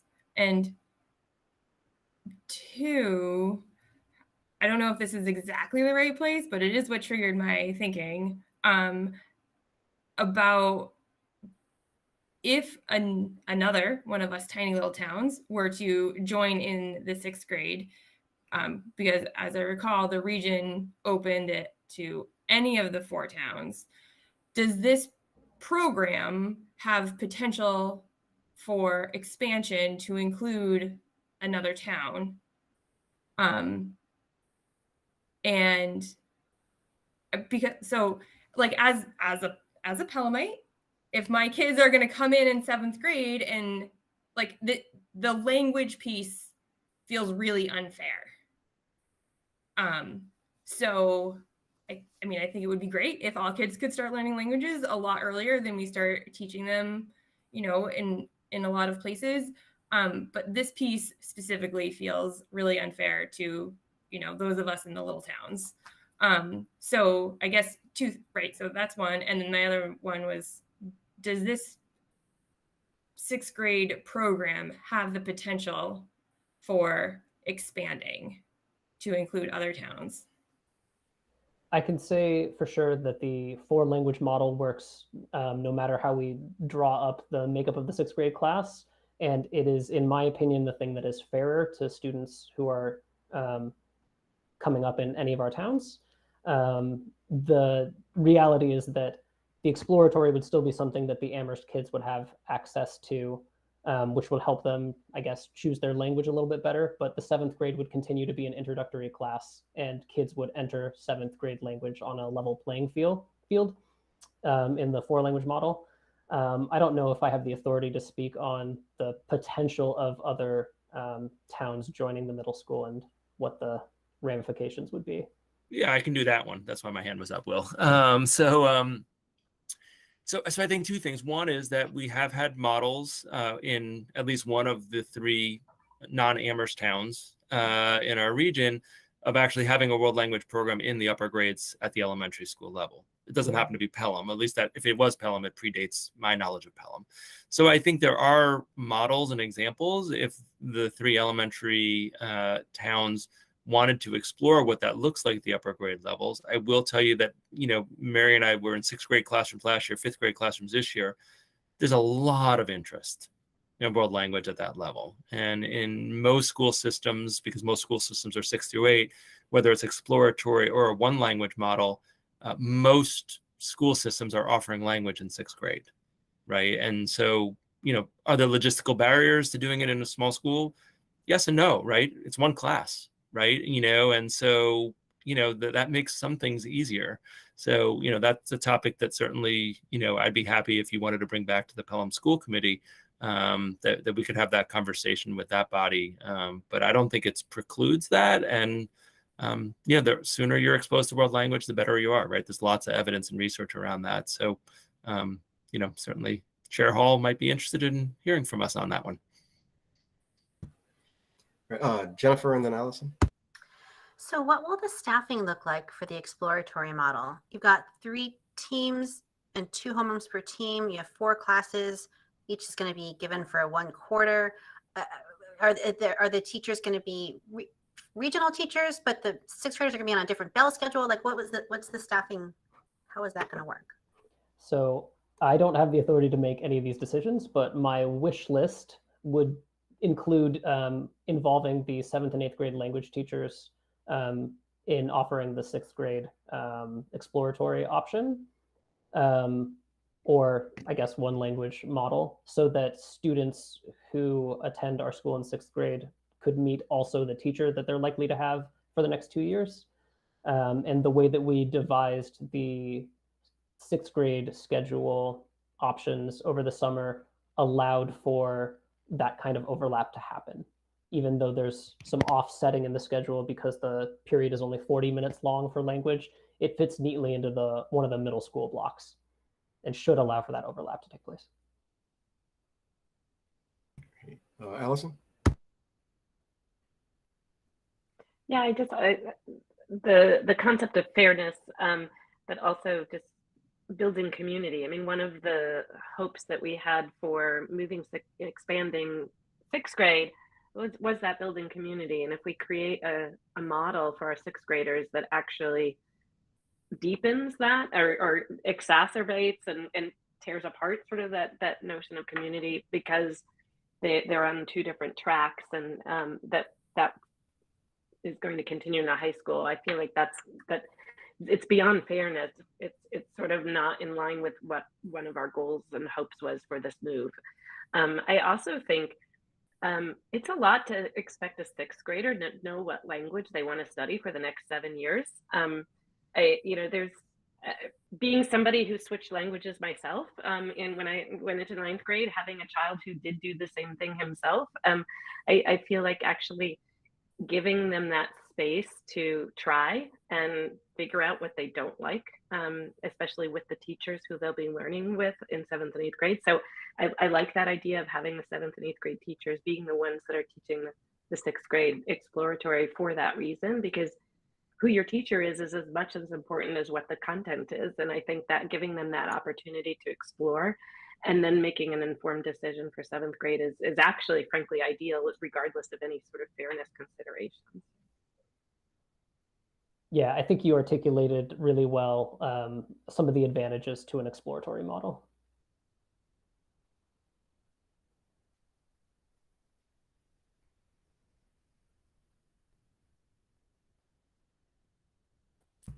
Any other questions in general for us here? Well, I think the next steps are that we will put these recommendations out in the newsletter tomorrow. We'll solicit feedback. I think as noted earlier, we're happy to meet. We met with elementary staff, not only on 6th grade, but on the enrollment piece. We can meet with middle school staff, and we'll see how people feel in the community, and we'll bring back more final recommendations for you to consider for the Amherst folks on December 13th. But we wanted to have a joint meeting to share where we were, and I'm glad we did, because I think the different perspectives are really helpful tonight. So, but I particularly want to thank Mary and Will, who who are doing a tremendous amount of work on this, and it's late. So thank you for bearing with us on some pretty complex topics, and appreciate all the feedback Excellent. received from the public, but also the hard work of our staff. So thank you both. Thank you.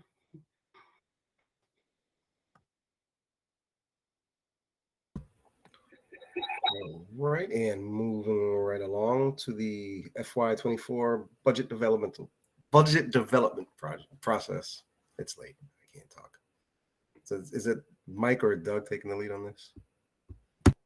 I actually thought it was perhaps Allison, at least from the Amherst lens, taking the lead on this about budget development process, but I could be wrong. So Allison, if I pointed to you unnecessarily, then I apologize. I like to pass the buck there. That was good. No, I think it's his job. I think we just had the Amherst School Committee participated in a meeting with our town council and other bodies in the town to hear initial thoughts and guidance for the budget year. And so I know each, our regional other regional representatives are probably at the point that we're getting guidance as well. I know Leverett actually just emailed it to us. So sharing just the guidance from, well, I've actually forgotten what the specific guidance was, but what was came out of that. So we have the timeline for when the region as well as the Amherst School Committee need to submit budgets, and when what the timeline is for the town of Amherst hearings for both the region and the elementary budget. But what was came, and it was written in the paper as well. So if for those that watch track the news in the local press, there was an extensive discussion and public comment regarding salaries and pay for our teachers, paras, and clerical staff, members of the APEA. And the subsequent conversation at the town council expressed some members. I wouldn't go so far as to say it was open and shared across all the town council, but there was some suggestion that there might be opportunity to influence what that ultimate guidance is. So I just bring that up as consideration for us as we enter budget season, both from the region perspective, but also Amherst, thinking about ways, if we want to or choose to try to influence that a little bit earlier than at the end of the cycle, when we do get to sort of actual budget hearings and submitting our budgets to the Amherst Town Council. I don't know. Peter is the other. Well, actually, anybody from Amherst was at that meeting, but Peter is the representative on BCG. One of the things. So in the town of Amherst, the process for sort of talking about budget process and guidance and financial indicators is that the Amherst School Committee appoints representatives to sit on a group with the library and the town council. And so those representatives from Amherst are Peter and myself. And we are asking to schedule requesting another meeting to continue that discussion about the guidance. Waiting to hear that meeting is scheduled by the town manager. It's not a town council forum, it's a town manager forum. And so we're waiting to hear about potential dates for that meeting to sort of for the budget coordinating group to talk about Amherst town guidance for schools, which would be region and Amherst.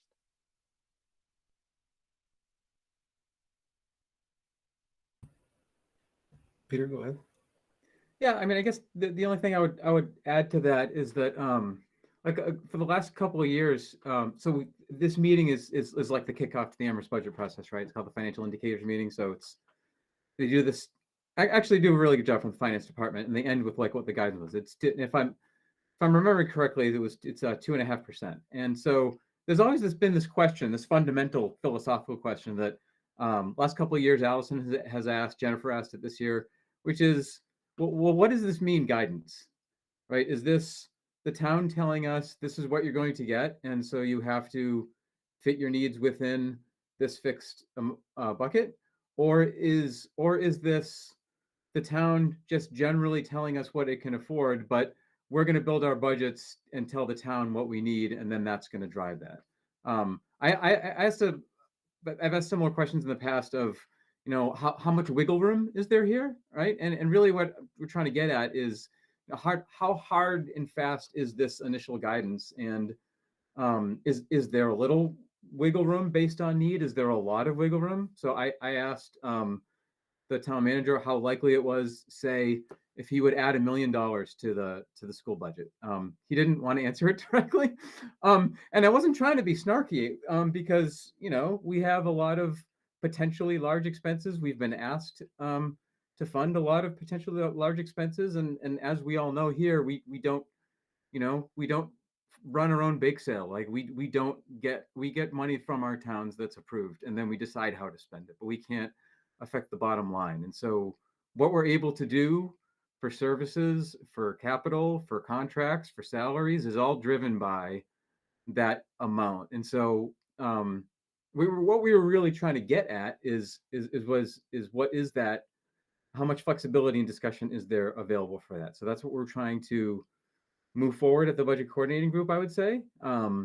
Because that guidance has such a direct applicability, what Amherst does at the elementary level is very tied to what it does at the region level. We thought it was appropriate to discuss here as a joint item. Hope that provides some context.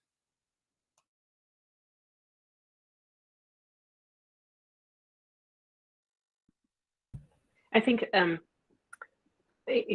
question is sort of, we were talking about this a year ago, I think as well, when we were kicking up the budget, was what was heard was we don't want to make any cuts. Excuse me, we don't want to make any cuts, but what we wanted to see was what would our schools need? What does a budget look like for what we believe we need to run our schools in the way that we want to, that our community expects us to, and what does that number look like, so that then we can compare that number with the guidance that we're getting from Amherst for the Amherst schools and from the 4 towns for the region. And I think that there's I would say subtle interest or slight interest to have that conversation, with the town manager based on sort of conversations in requesting the meeting. So it suggests a shifting that conversation a little bit earlier, that conversation about what will it take and projecting what we need in terms of funding in order to provide for the schools, for our school programs next year, as opposed to, and sort of looking at what the costs, as opposed to starting with, okay, what's the money that we have available that the town is willing to give us, and then let's figure out what we need to cut. And talking about sort of pivoting it potentially so that we can have that conversation with the town of like, this is how much we need, and where can we go from there, and what wiggle room, if any, is there to sort of influence the guidance.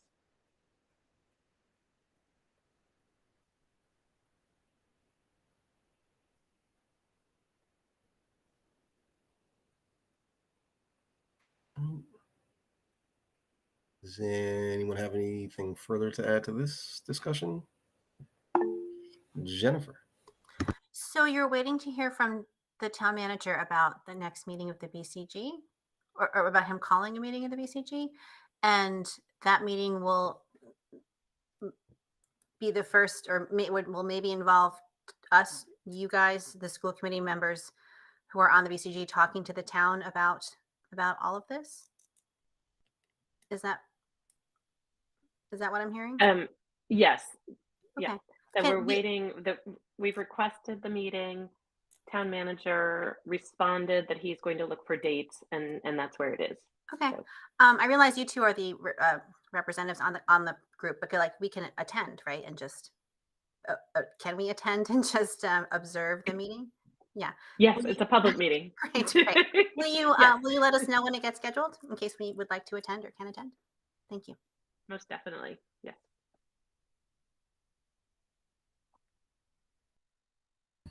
All right, and if there's nothing else to add to this discussion, I would entertain a motion from the regional school committee. That was quick. Margaret, go ahead. Sorry, this is not a motion. We haven't talked about upcoming agenda, and as I would like to request an opportunity for the budget subcommittee to present the survey results, hopefully at our next meeting at the end of the month. And I make a motion to adjourn the regional meeting. Second. Oh, where's the? Okay. Moved by Margaret, seconded by Sarah Beth. Tie goes to the runner. And we'll take a roll call vote on that. So Ben, I, Allison, Allison, I. Sarah Beth, Sarah Bass, aye. Peter, Peter, I. Jennifer, Jennifer, I. and Margaret. Margaret, I. The regional school committee is now adjourned.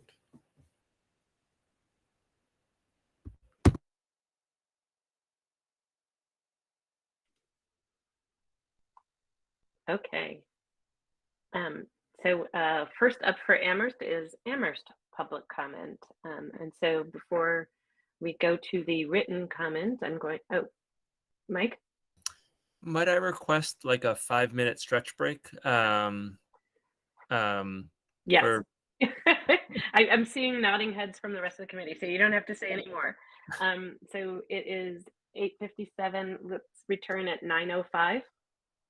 That work? Okay. And then we'll begin with live public comment for folks that are in the room.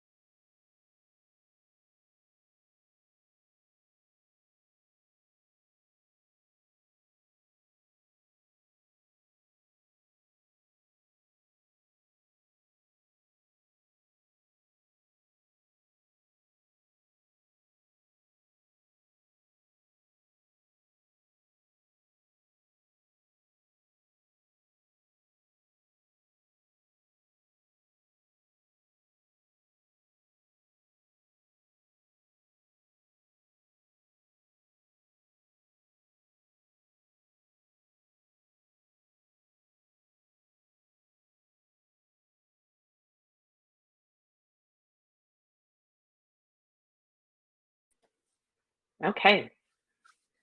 9:05, so we're going to get started. And I just want to open the floor for public comment from members that are in the room. Please raise your hand if you would like to be recognized. Rudy. Hi, And you thanks. have 3 minutes. Okay. Rudy Perkins, 42 Cherry Lane in Amherst.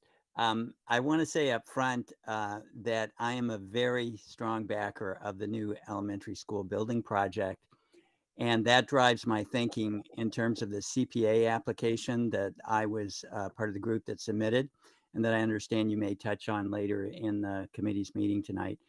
And that application obviously would provide additional funding for the field renovation at Fort River, and also help us restore the community restroom and the field lighting at the final constellation of the site once it's complete. My youngest son has been in the Amherst public school system since kindergarten, so I got to see how important having field space near the elementary schools is, not just for recreational use, but when we had things like multicultural diversity celebrations, it was a space for all the families and the students and staff to get together, and so important. And then in middle school, my son got involved in After School Ultimate, and I became, as his chauffeur in chief, someone who was over at Fort River all the time. And I got to see, and this was an eye opener for me, the phenomenal use of so many different kids and families and sports at the Fort River schools. So that shaped my thinking of the fields there as a dual use facility, both important for the school, the new school we'll be building there, and important as a community recreational facility. And because of this dual use of the fields there, it seemed to me from an early point to be really appropriate and advantageous to use CPA recreation funds to help redevelop those fields. And advantageous not just for community recreational use, but advantageous in moving the elementary school building project forward. And that's for two primary reasons. First, it would help us reduce the ask to the voters for the debt exclusion by using CPA funds for part of the work there. And secondly, it's going to increase, I think, the constituencies that will support the new school project and the site development, the redevelopment that will go with it. And that will also help us get to a yes vote even more likely. So I really hope the school committee agrees with us that the CPA application that we put in would be an important way to help move the school building project itself forward, and that you all will find ways, either as individuals or as a committee, to indicate your support for this CPA application. And if I can just say a word about why the field lighting and the bathrooms are so important. When we talk to a lot of people who use that site, you've got small kids there, you've got kids coming from schools, other schools, a changing facility and a place to use the bathroom really makes it a better place. And finally, we had to compress the fields in the new school design, the latest one, so that there's less area, which can cause scheduling conflicts with the sports. By adding lighting, we actually, in effect, expand the field area because it's used over more hours. We can have nighttime adults softball on the same fields that would be it per ultimate. Yeah. So thank you. I hope you'll lend your support in some way. Thanks so much. Thank you, Rudy. Are there other speakers who would like to speak? Please raise your hand.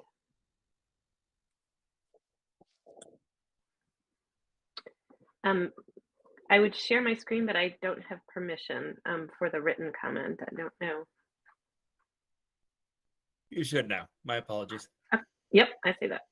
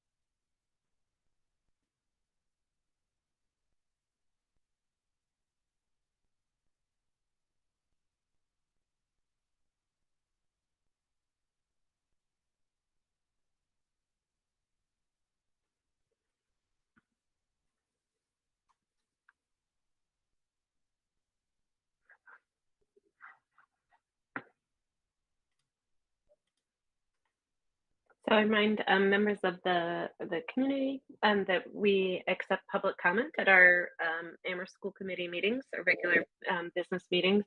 Members of the public may join live and speak, whether online or in person, and speak for 3 minutes. Members of the public may also submit their comments in writing via email to scpubliccomment@arps.org or by recording a voicemail at the phone number that is printed in the agenda, and I don't have that open right in front of me right now. But we take voice recordings, written and live comment. And with that, I am going to move on to our first regular business item, which is enrollment projections and update for elementary schools. And I believe, Mike, this is you. Yep. And I'll just share the slide deck. As the committee knows, this was shared electronically as well as an in-person meeting with the elementary staff who were invited on Tuesday. I think I can do this pretty briefly. So the point of this, I should say, is that we have the 6th grade moving, but we also have other enrollment shifts that need to be accounted for as we look at staffing for next year. So this is just kind of summarizing some of the data on that, and where we are and where we're moving forward. So, right, there's sort of 3 shifts that have happened. One is obviously the 6th grade move. We've talked about that at length tonight. I'm not going to reiterate that. The second is that over the last 20 years, we've seen about a 25% reduction in school-aged population. Basically just fewer kids living in the town, right? This came up in a meeting a couple of years ago that the town had, and so there are fewer students in the schools. And it's not about, our numbers of private school, charter school are flat, but there are fewer students who are living in the community. So we have fewer students in our school district. And the third is that we've seen a significant shift between the 3 schools in enrollment, and this is really an opportunity to account for that. We want all of our students to have similar access points to resources in our schools. And right now, things have gotten a little bit out of balance in that way. And we need to right size our staffing at all 3 schools. So this is just a summary of where we were since 1819. We're still looking at these, like Crocker Farm. I think 250 looks a little bit high as projected for next year. Fort River's a little closer, and Wildwood looks spot on because these were kind of developed a couple months ago. And as we look at projections, it looks like Crocker Farm may be more like 240 in that range next year. So you could see that over this time, Crocker Farm is, from what we saw in 2018-19 to what we expect in the fall of 23, it's down roughly 100 students. Fort River's actually gotten larger, even without the 6th grade. And Wildwood has a significant drop. I think also worth noting is that the majority numerically of these changes occurred prior to the 6th grade move. So, I think some people are like, oh my God, there must be a big change because of 6th grade. Actually, that's both true, but the majority of the change happened before that. So we've seen these significant shifts in our schools, and, we haven't completely accounted for them in terms of our staffing models, and we need to do that. Here's just graphically another way to think about the changes over time in our school district in terms of attendance. So overall, the reduction in the 3 elementary school buildings would be 228 students over those 6 years. These are sort of interim steps, right? We are hopeful to follow up on the public comment that we'll have a new building in 2026. And at that point, we'll need to readjust the staffing again. Crocker Farm will actually grow larger in that time period. And Fort River and Wildwood obviously won't be the same buildings. So, we need to take this step, make sure it's durable enough to last 3 years until we get to 2026. And I think it's important to note that, the 6th grade is still staying in our district. So for staff members, that their seniority, PTS, salary, all of that would be unchanged if they do transition over to 6th grade. So our next steps is, as you know, we'll come back next month and hopefully have a finalized 6th grade program that you all approve and we can move forward. This gets to Peter's question from a little while ago that we are looking at the staffing ratio analysis for the 4 schools. And that 6th grade academy, we have to account for which staffing is coming from the Amherst elementary schools and which is a sharing of staff from the regional middle school to figure out the cost share of that. We'll be sharing a survey in January around job assignment preferences. I'll speak more about that in a second. We are looking to complete staff assignments ahead of time. Contractually, we have till mid-April, but we would look to do that quite a bit more, because what we learned 12 years ago is that new communities forming need time to gel. And we want to dedicate significant time to that over the spring months. So a little more on the staff survey is that we're asking both for preferences of work locations as well as potential roles. Some people may look at this as an opportunity to try something new. And some of that may be location. Some of that may be about role. And we'll do our best to match what staff are saying they want to do with what we need to do in terms of staffing all 4 buildings appropriately with people with different experiences, expertise, and we'll try to match that as best we can. And I think, some of the most important messaging is really that we have outstanding staff members in all of our buildings. And, I think back to 2010, where Marks Meadow School was closing, 40% of our students were in different schools than they were the year before. And not 40%, but a large percentage of staff were in different buildings. That's the scale of that change is much more numerically significant than what we're talking about here. And those have created these kind of wonderful schools that our families and students and staff love, and those communities, and it's based on those relationships. We really want to do this in a way where we're fostering those relationships, that we know that there'll be transitions and changes, but that we're doing it in a way where people felt held and connected to one another. And given the hour, I was intentionally brief, but I'm happy to answer any questions about any of the kind of, enrollment changes that we're seeing, as well as our plan to appropriately staff each of the 4 buildings. Questions? Peter? So would this potentially change projected class sizes at the various schools from now until hopefully new building comes online? I mean, I know we can do projections based on the students who are currently enrolled, and we look at birth rates and whatnot, so we don't know exactly, but in terms of trying to, set 2 or 3 or what have you number of classes per grade, do you know what that is? Like, can you speak to that? And is my first question. That my second question is like, is this, say you're full speed ahead on this. Is this easy to do? Is this an afternoon of like just spreadsheeting and these people go ahead and then you're done? Or is this a really complicated exercise where you have like 12 variables to consider in terms of deciding who goes where and the downstream impacts and whatnot? Yeah, so on the first one, class size is more an artifact of budget than it is kind of the enrollment pieces. We use the class size guidelines that you have to guide our thinking on that. As we talked about last time, it doesn't always sometimes we make decisions a little bit different than that based on who the students are. And I think we have examples both ways this year of where we're exceeded class size guidelines and where we're under the class size guidelines. So we try to make decisions that aren't just numeric, but take into account who the students are and how the community in the classrooms is. On the second point, it's not an easy process. So, one of the things we're doing, as I said, by the end of the month, next month, is to do mathematically how many staff, if you assumed equal staffing, like we assume that our staff that we currently have is the same staff as we have next year, how many staff you need in each building, but then you're going to end up with funky FTEs that don't make sense in the real world, right? You can't have someone who's like, oh yeah, 0.24 in this building, 0.32, right? So then we have to, the reality check of what functionally can work for staff and kids. And then it's a complicated set of circumstances about who wants to go, who has the skill sets to be there.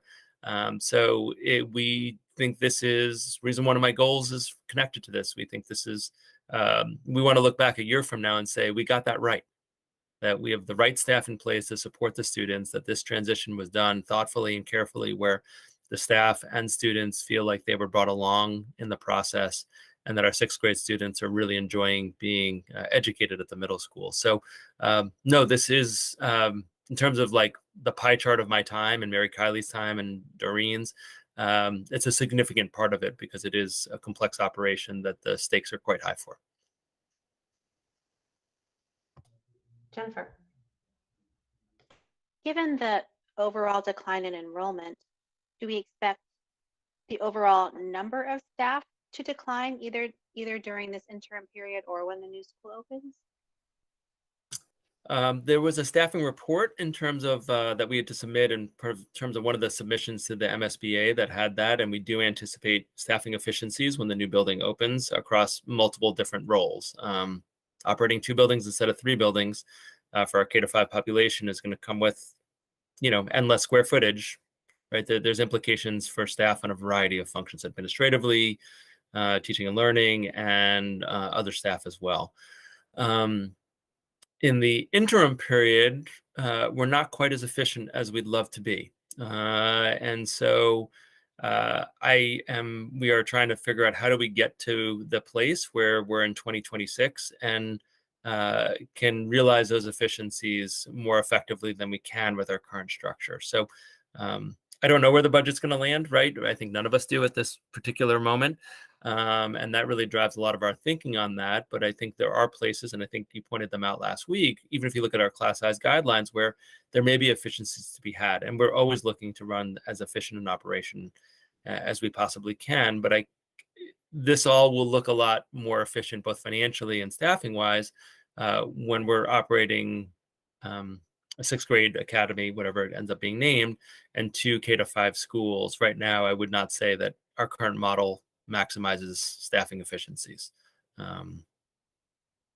So we will look everywhere we can because we know there's going to be fiscal constraints and pressures. But the real impact is going to be when we open the building.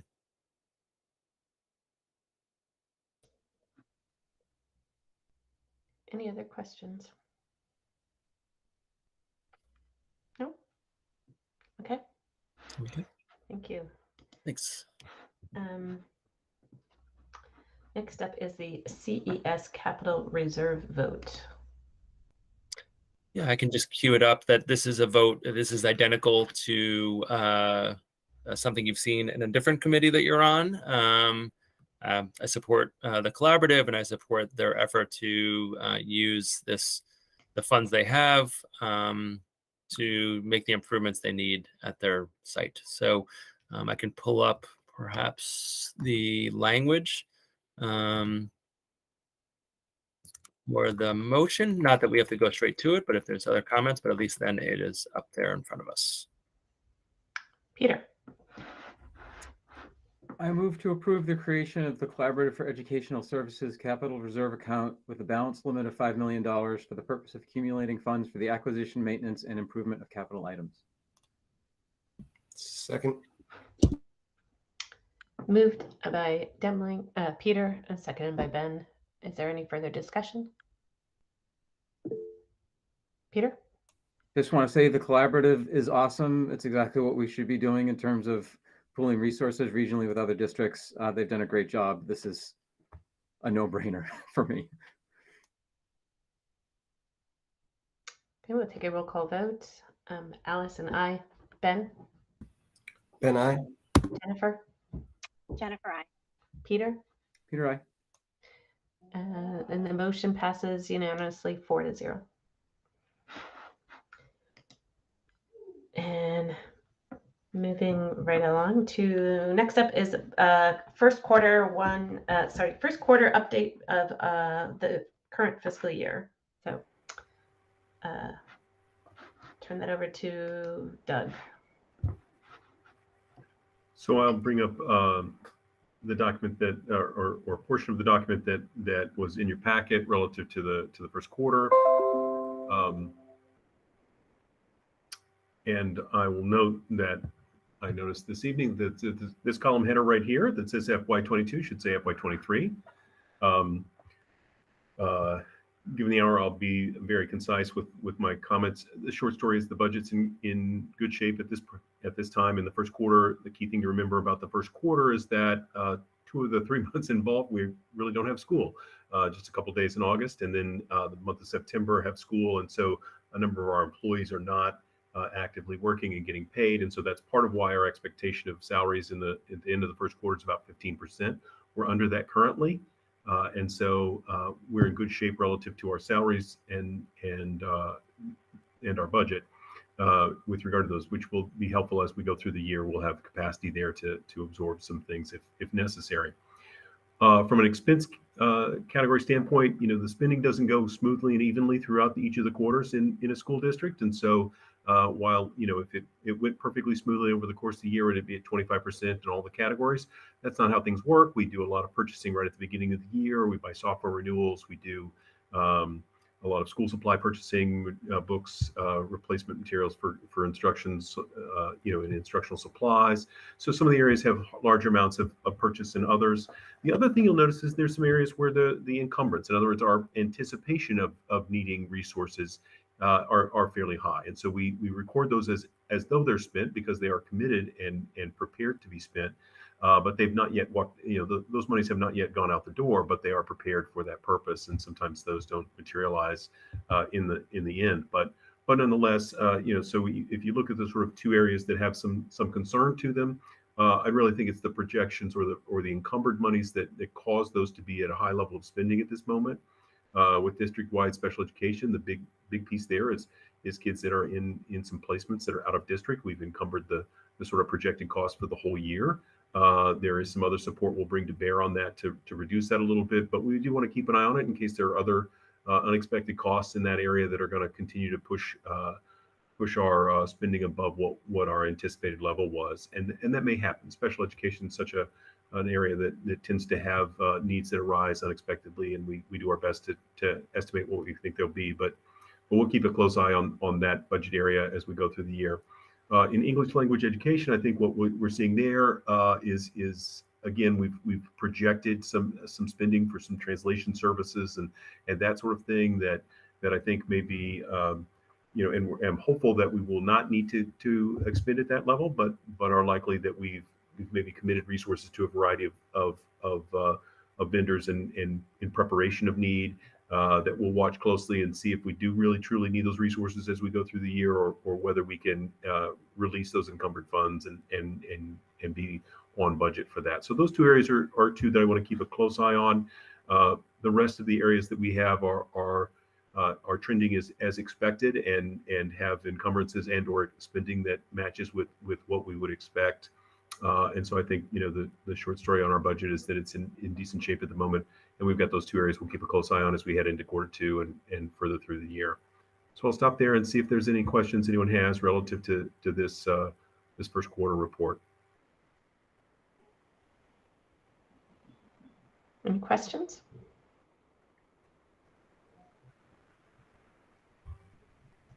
No? Okay. Thank you, Doug. You're welcome. And next we have a rather large topic, the update on the school building project. And we have sort of related to that, we have the decision on security camera placement. So that we put that as a separate agenda item, but it's related to the school building project. So I'm going to turn it over to Ben or Mike for update. Take that, I think, pointing at me, so I'm happy to jump in, which is our next meeting is on Tuesday. It was originally supposed to be tomorrow, but it is not.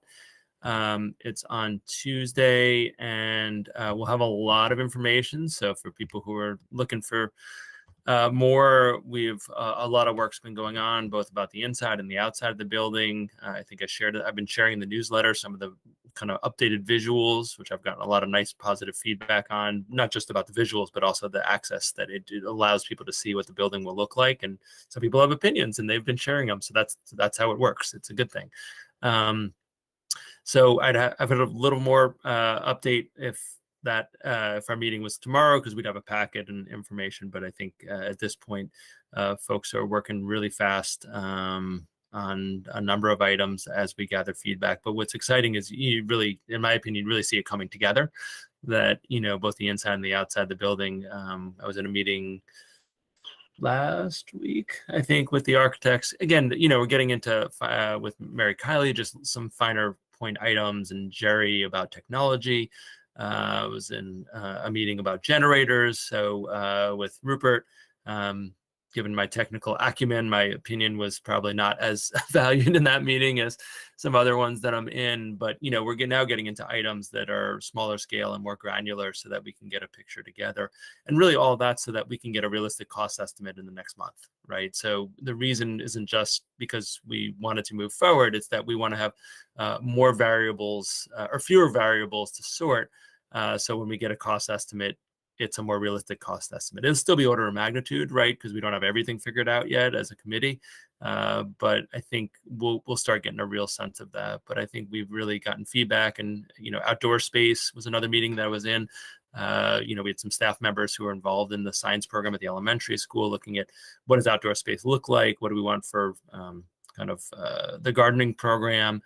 So, you know, I just give that scatter shot to say that's the type of conversation we're going in. A lot of the core pieces are really in place at this point, and that's very exciting to me.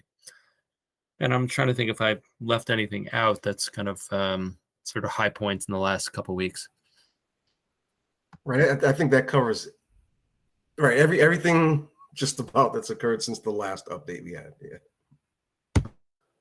And then we have the camera. I don't know if you wanted to go straight to the camera or to CPA or. Can you just explain what are all the attachments that were there in this agenda item? So there's FCRCF project budget, FCRC. Yep, I can explain those. Project schedule, site plan. Can you just explain what each of these are? I'm not sure I can explain each of them, but what I can explain is those are in detail. Those are from the Community Preservation Act, that application. So, so like the FC, the first one, Fort River Community Recreation Fields Project, Community Preservation Community Preservation Act grant application. Since I'm not the author of that, I don't think I'm. Oh, okay. So I thought that there was just the CPA application. None of these are from the building committee then? No, they are not. Okay. So maybe it makes sense to talk security cameras and then go to CPA, at least in my head. But Peter has his hand up. So question. Yeah. Just a general question. Thank you for the update, Mike. Has the question about inflation and cost estimates come up? You may have heard there's a bit of inflation out there. We're all concerned about how expensive that makes everything. So for those following the bouncing ball at home, when is the anticipated ETA drop date for, okay, this is, now we have a really good idea of the project cost and other assorted components? So I think the next time we'll get an estimate is slated to be next month. And then within the next 6 weeks, I would say.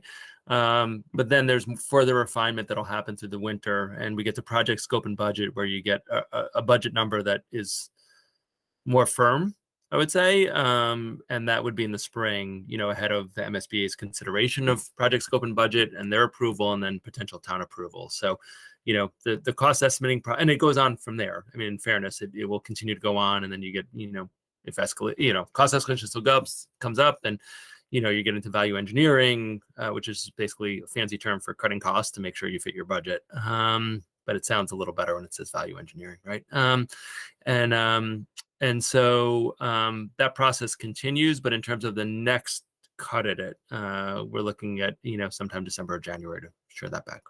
Thank you.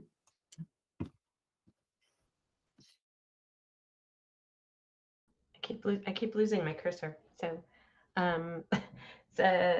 security cameras. So this is a follow-up to our last discussion from the building project update, and that conversation was about the need for security cameras, and the question was how many and where, or I guess how extensive and where would we want. We talked about a couple different options last time. And I think that the school building committee is looking for direction or a decision on our part as to what we would like to see in the school buildings. And just a gross summary, we didn't have minutes to review tonight. So apologize for not being able to reference our conversation in the minutes, but there was conversation about hallways, as well as I think stairwells, exterior. Well, there's exterior cameras as well as interior cameras, and the interior cameras was the question mark about just in sort of the areas that might be open to the general public after hours, or in the hallways of the rest of the building. And I think that was sort of the scope of our conversation, and that's what we're hoping to sort of land on some more clear direction for the building committee. Did I summarize that well, Ben and Mike? Yeah. I think the only thing, oh, I'm sorry, if I could add a framing comment. The only thing I'd add is that the architects would like a decision tonight, because again, that goes into their cost estimating process. So they're not trying to pressure you for any other reason, that this is just part of the package that they want to send to a cost estimator, and they can't do it unless they hear from the school committee. And I think the other, you're just reminding me also that the other question was it's security cameras, not surveillance cameras. They're not going to, there's going to be no surveilling or monitoring of that. It's only in the event of an incident that might require sort of looking back at a recording. Jennifer. So it turns out we have an existing policy on cameras for safety and security. It's policy ECAA, and it states that the school committee, if you want, I can share it, or I can just read the first part.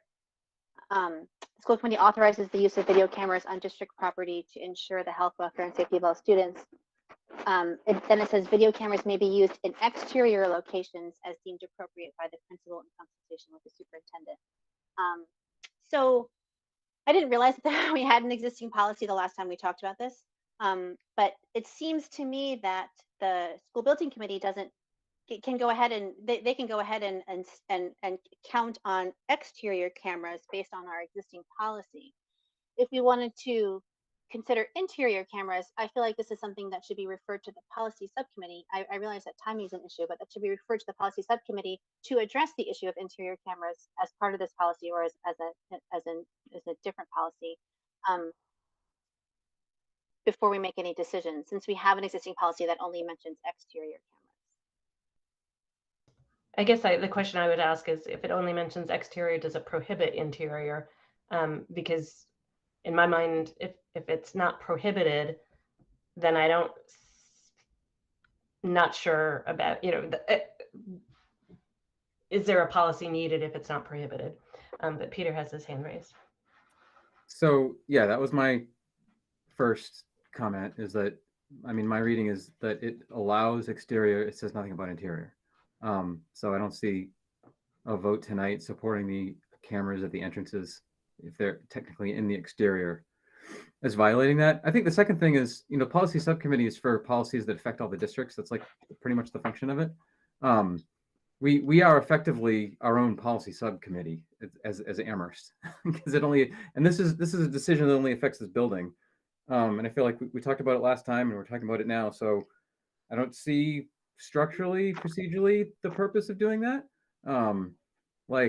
Not that I don't value the points of view of my colleagues at the region, but they don't govern this district. So I'm comfortable with discussing it here tonight and hearing everyone's points of view, and then going from there. Jennifer. Do we have interior cameras in any other, maybe we talked about this last time, do we have interior cameras in any other building in the district or in Amherst? Sorry, in the region or in Amherst? Ben? Oh, sorry, Mike. Oh, Ben can answer it just as well as I can. Go ahead. yeah, absolutely. In the region, we have interior cameras and exterior cameras everywhere. Not everywhere, but within both of those buildings.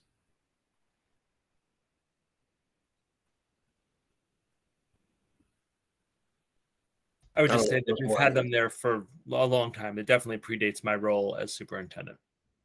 So this is my 7th year, so they've been there a while. And are the locations in those buildings similar to where we're thinking that they would be in the new elementary school? No, they're more extensive in the regional schools because they're in hallways, where classrooms are, not just in kind of the public spaces. So there are more cameras per square foot, and they're in spaces that are not just the broad public spaces. Okay, and sorry, is this in the middle school or high school, or in the elementary schools, or both? Only in the middle school, high school. We don't have exterior or interior cameras at the elementary level. Other questions? Peter. Yeah, Mike. I know we covered this last time, but since it's the core point, as written with this motion, that include non-surveillance cameras in the design only at the entrances in large public spaces in the school. Is this? Would you consider this both necessary and sufficient for keeping students safe? A yes to both of those. It's again below the what is typically done in elementary schools and building projects. I think DeNisco and those folks, suggested that their projects now, their elementary school projects look more similar to what our secondary schools have in terms of cameras. My belief, and this was supported, through conversation, and Ben, you were there, with both CRES and fire and public safety, was that, we didn't need as many cameras as perhaps are going in new schools elsewhere, but that some of those, particularly in the public spaces, because they're used by the community, seemed like it was sort of in the best interest of everyone's safety. So that's where we landed in terms of our recommendation. Obviously, it's your decision to make, but that's my perspective on things. So I do want to note that I have gotten some feedback from folks who are wondering, because I said that last time, why we don't have the more typical camera system that's being installed in new elementary schools. And for me, I think that balance between privacy, safety, and security feels better with a more limited use of cameras. But again, I think there's valid arguments in other directions, but that's the recommendation I'm going to bring with tonight. Ben. Yeah, I had something small to add, but to me, it's actually like a bigger concern is the how narrowly we define where they're going to go on the exterior. Because like one issue we've had at that site in particular, I'll say that I anticipate we probably would, because it's kind of common at every elementary school, is like illegal dumping, right? Like are we defining that we're going to have cameras on dumpsters? Because like I not on the dumpster physically, I mean like aimed at the dumpster. Because to me, that would probably be like the most useful function, is trying to be vague about incidents that have happened out there at dumpsters, but that could be safety issues later on. I just don't want to like too narrowly define this. I also don't want to give too much license on how much, right? There's a limit to how much camera coverage we actually need, I think. It's a good question, because I don't think I realized that it didn't say internal only. So when I read entrances, is that intended to be external and internal, or so it's saying external cameras only at entrances? Is that what that's saying, Mike? Yeah, so I think the intent, and thank you for raising that, Ben, was that those would be the only locations, in the only interior locations with cameras. So I think a friendly amendment, no one's made the motion, but a friendly edit perhaps would be, that would be consistent with the intent, would be exterior to the building, and to clarify, I don't have the language, I apologize. It's, I'm tired, is exterior to the building, and on the interior of the building in the spaces delineated, like at entrances and in public spaces. So thank you for that catch. My apologies for the language not describing what the recommendation actually was. Thank you. Jennifer. Oh, I'm not muted. Okay, so assuming we move forward with this motion and with the cameras, I would want to see some regulations or documentation on when the videos would be used, who has the right to view them, how long the footage is kept, like just some of the specifics that are not at the policy level, but just some specifics about the implementation and the use of the video footage. Ben?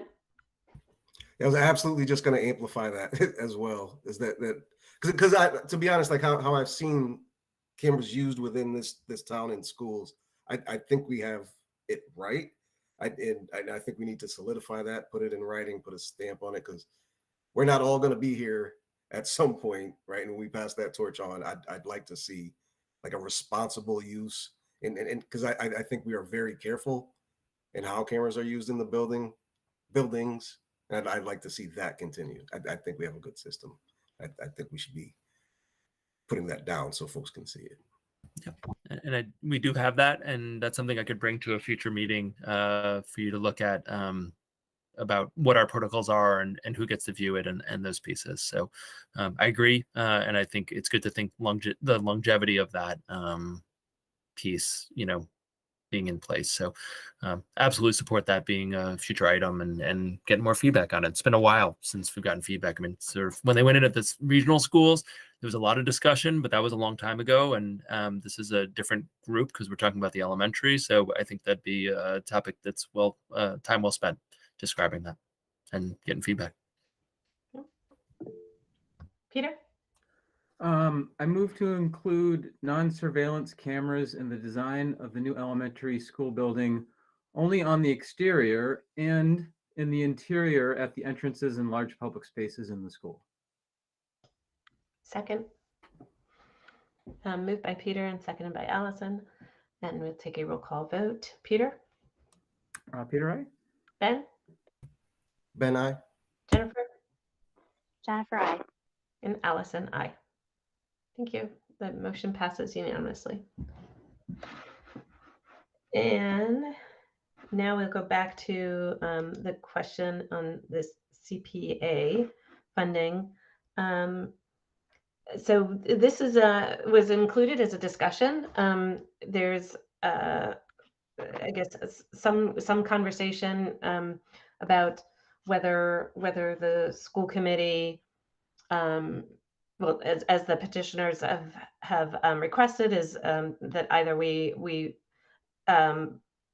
send our endorsement individually or as a group. And so I guess that's part of the conversation tonight. But also just to understand sort of how this fits in with the elementary school building project. And I know that the elementary school building project committee, has had conversations about this. So I think, before getting started, and we heard extensive public comment, I think, to describe it. I'm just curious also, looking to Ben and Mike, you as sort of members of that committee, sort of what is the perspective and conversation that's been had with the building committee? Mike? So I think the building committee only took up the item, if I'm remembering correctly, that was directly related to the building project. So not so much the lights or the bathroom, because that would be outside the scope of the building committee. But I think as I recall, the building committee was highly supportive of the efforts that would support reducing the cost of the project itself in terms of the field work. Ben's nodding his head, so I think I'm remembering that correctly.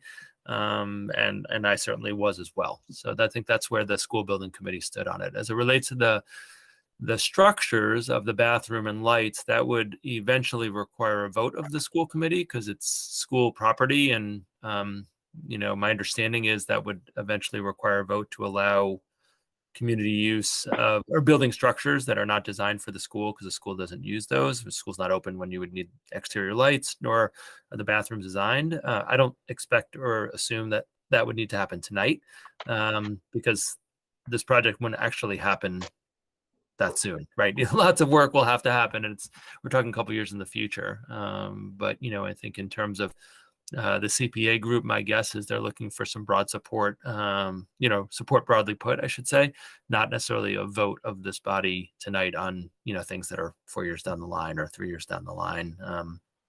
So that's my sense of it, but, I am broadly supportive of, these efforts and do appreciate our community members for stepping forward and thinking through how this effort could support the building project moving forward, both in terms of community support and lowering costs. And you know, I really appreciate their ongoing support of the project. So that's my 2 cents. And you know, but I'll pass it over to you. Well, I'll let Ben go, and then I have a question for you both. But go, Ben. Yeah, I guess I have sort of like a procedural question. Like we wouldn't, if we as a body came up with a letter saying like this is a super awesome idea, like that, we're not crossing any lines, right? Because my personal thought is, why wouldn't we support this? Please give me a cogent argument against it. Yeah, it's just I don't know if there's if there's a rule that says we don't do this or can't do that. It's not something that school committees done in the past, sort of advocated for a project that we didn't. I mean, as an example, there's a CPA proposal for Crocker Farm that's before, in this current cycle, and we're not having a conversation to vote to write a letter to CPA to endorse it, right? So I just it's not something that we've done typically to endorse our own projects or projects in our purview. Doesn't mean that it's not necessarily allowed. And by any means, any one of us can endorse a project on our own as well. I guess the question that I had is about sort of the comments about sort of reducing the price. Because and I know I asked you this, Mike, but I think it might be helpful just to say it out loud in public too, because I've heard different things that sort of the debt authorization and therefore the debt exclusion. I thought that it was on the full amount of the project, and then the MSBA reimbursement comes in after that, essentially to repay that debt that we took, and that any other funding source is also for that. Like we wouldn't be able to authorize debt for anything less than the total project cost, I thought. So is that not the case? Like the $100 million project is now going to be $98 million. Is that? So here's my understanding. Again, I don't mean to make an excuse, but I'm at beyond 4 hours in a meeting. My capacity to explain complicated financial things gets limited, right? That's true. Well short of that too. But if we think of what gets added to the tax rolls of taxpayers if this project passes versus CPA funds, right? So if CPA funds would use to reduce that, then what would hit taxpayers' bills would be reduced by that amount. Every project goes over the cap for grounds use. I mean, the architects described, I think, one project once that was on a tiny site in an urban setting where there was literally no grounds to do it. Like there wasn't, a playground. There was just no space for anything that didn't go over the cap. So the majority of that, or a significant portion of that part of a project, comes from the town funding, because the MSBA reimbursement is low because everyone goes over the cap. So it could reduce the town's portion of that by funding this in a way that when it actually goes to what's the difference in the tax bill, it will get reduced by that amount. Does that sort of help with it? I mean, the total project cost, the total project cost, but I think what most taxpayers care about is the taxes they pay. And that would be reduced from, if this didn't happen, or the portion of this, I should say, the lights in the bathroom, that's a separate item because that's not something that's in the scope of the project, but the parts on the fields is in the scope of the project and would reduce what would go to taxpayers by whatever amount gets funded from CPA if it got funded. Does that help? Yes, okay. Totally. Peter. So comment and a question. So my fundamental hesitation with this is that this is a request of the CPA body, or rather a request of our committee to support a request of the CPA body. And the CPA body has a fixed amount of funds that it oversees and makes recommendations from. Like it's not infinite well. So any decision that it makes is in context with the other requests. They were all detailed in one of the documents that was sent. Or a link to one of the documents that was sent earlier. So that is to say, when the CPA makes decisions, they're deciding to fund one thing and not the other. And Allison's example is the one I was going to bring up. So we have this request for, I think it's $400,000, Doug, if I'm not mistaken, for the back playground for Crocker, first for the CPA request. That our district is putting forward. So that item isn't on our agenda tonight, so I won't go through all the reasons why that's critically urgently needed.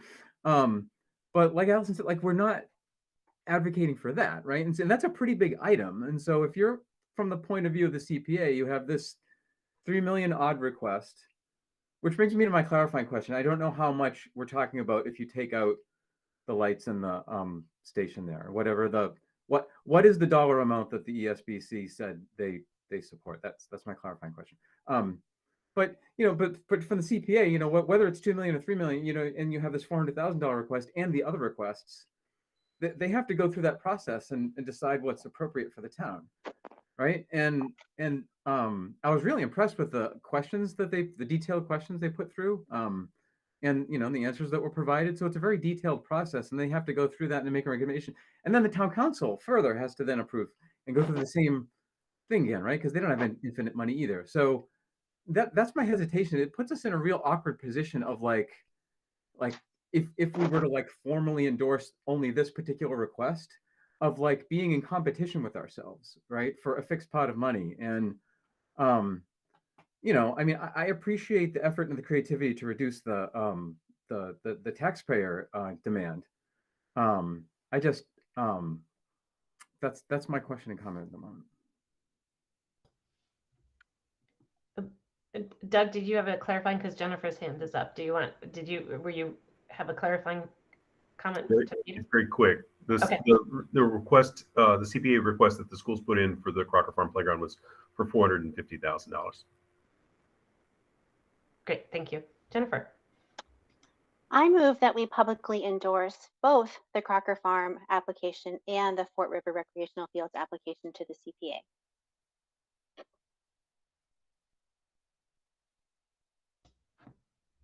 Can I offer an amendment that to endorse the fields portion of the I don't even know what the full name is, the Fort River Community Recreation Project. Mike? So I'm not a Robert Rules math expert, but would it need to get second before it gets? Oh, yeah. I mean, or not seconded. I'm not projecting anything on the committee, but I think before it comes up for more debate. Yeah. Peter? It's really up to the chair how this goes. My mistake then. I make my So if comment. I'm the chair and I offered the amendment, I'm gonna.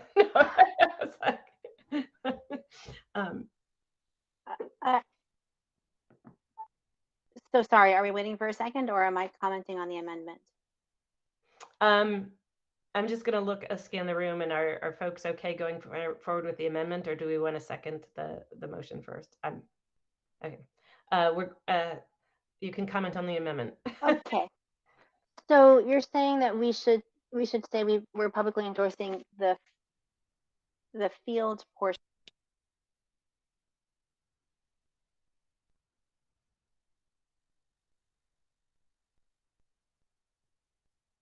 You got muted.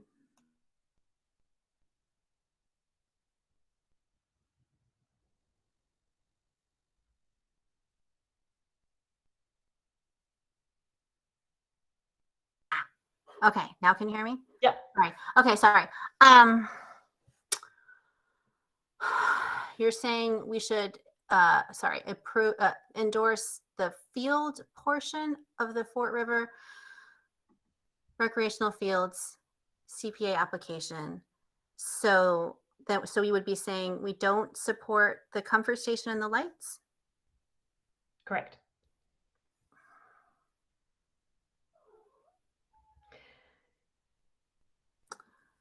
We don't have a second on the table, so we can't discuss the motion, I think. So I'll is second. there... Thank you. and now we can discuss.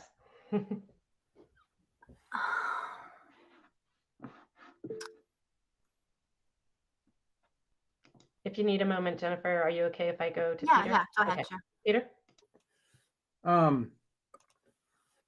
Yeah, so I'm not convinced by the argument that the lights and the comfort station are as priority beneficial to students as the offsetting the building project and certainly the playground in the back of Crocker.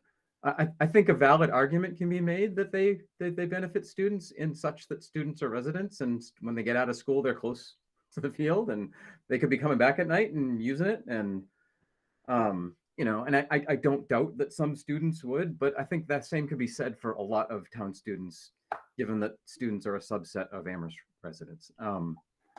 I don't want to be out of step at all with the elementary school building committee on this. And my other clarifying question, Doug, is are there any other district CPA requests, either at this level or at the regional level, that are part of this cycle? Because I wouldn't want to run afoul of those either.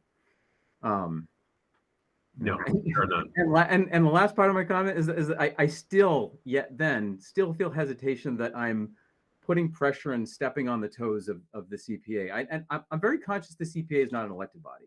Like, I feel like if you're a volunteer and you're on the CPA and you have electeds like kind of trying to tell you what to do, it makes me feel a little uncomfortable.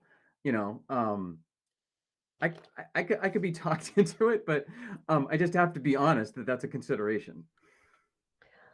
I think, I mean, rather than looking at it as pressuring them and to what to do, I mean, it's as if we're showing up at the presentation and giving public comment in support of projects that are to the benefit of our schools. We're not the one that presenting it, and certainly with the one with the Fort River Fields. You know, one of the questions I asked is, why didn't the schools put together? Well, here's our way of saying, yeah, we didn't put it together, and yet we support at least a portion of this project. And I wouldn't say, I think the words that you used, Jennifer, was you don't support the comfort station or the lights, and that's actually not how I would phrase it, because it's neither here nor there. I you know, in the long term, I think it would be great to have those, but I'm sort of wearing my hat as the school committee and our role as the school committee. And as Mike and Ben talked about it from the school building project, those two things are not part of the school building project. And I share that perspective that it's not necessarily a direct and immediate benefit to the life of the school, the future elementary school. So is it a benefit to the community? I do agree it's an absolute benefit to the community, but that's not within the scope of the school building project. And I don't see it as something that we as a school committee should be choosing to spend our money on. If we, you know, with our limited capital funds, we would not be investing. I don't think it would be a big discussion for us to be investing in that. And since it's not needed for our school days, I don't support it for this particular go around. But Jennifer, I will accept the friendly amendment. Did I say that? Okay.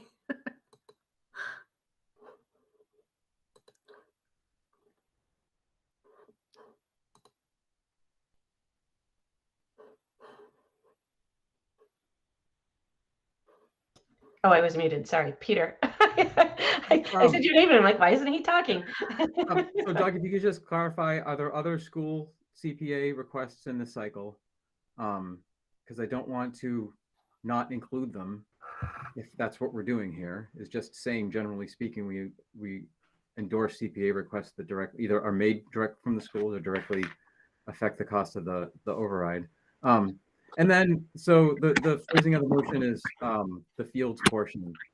So is that sufficient and unambiguous that everything remaining then is going to reduce the amount of the building project?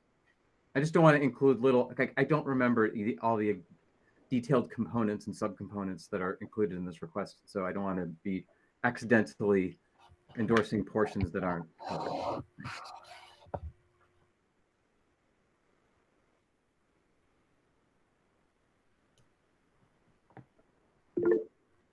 Doug? I'll just to be explicitly clear,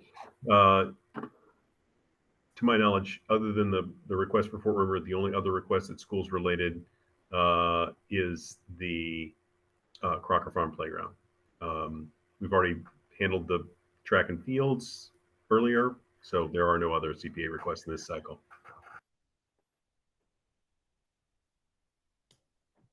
There's no more discussion. I will begin vote. Peter? Did you recognize me before you called for the vote? I was trying to raise my hand before you called for the vote. Oh, I actually called for the vote and then saw your hand go up as I was saying that. So I don't know. It's up to you what you want to do. I think we should move to the vote. Sorry. Peter. I didn't get my question.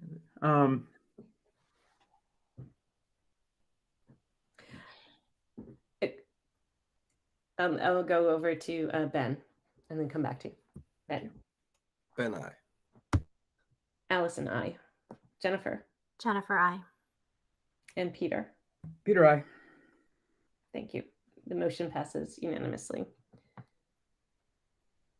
Okay, moving on to warrants. I see a hand from a member of the public, and I will just remind you that the period for public comment is was at the beginning of earlier in this meeting, and if you have something to share, please email it to us at Amherst SC, I think is our Amherst School Committee at arps.org is our email address. And now we're moving to warrants. I, Allison McDonald, authorized by my signature transfer request in the amount of $1,876.33 for a transfer dated 10/21/22, and that was from other funds of $1,876.33. I signed that on October 22nd. I, Allison McDonald, authorized by my signature payroll in the amount of negative $2,273.75 dated November 2nd, 22, and I signed that on November 26th, 2022. I, Allison McDonald, authorized by my signature payroll in the amount of $7,657.19 dated November 16th, 2022, and I signed that on November 6th, 2022.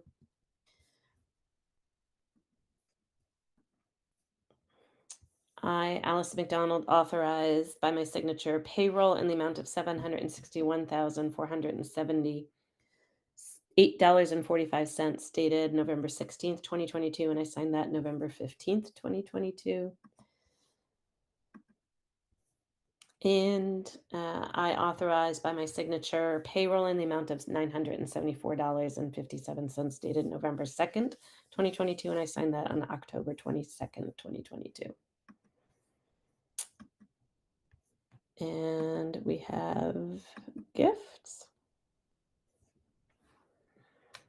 I move that we accept the following gifts from Marta Olver, number 996411, to support Crocker Farm at principal discretion in the amount of $10.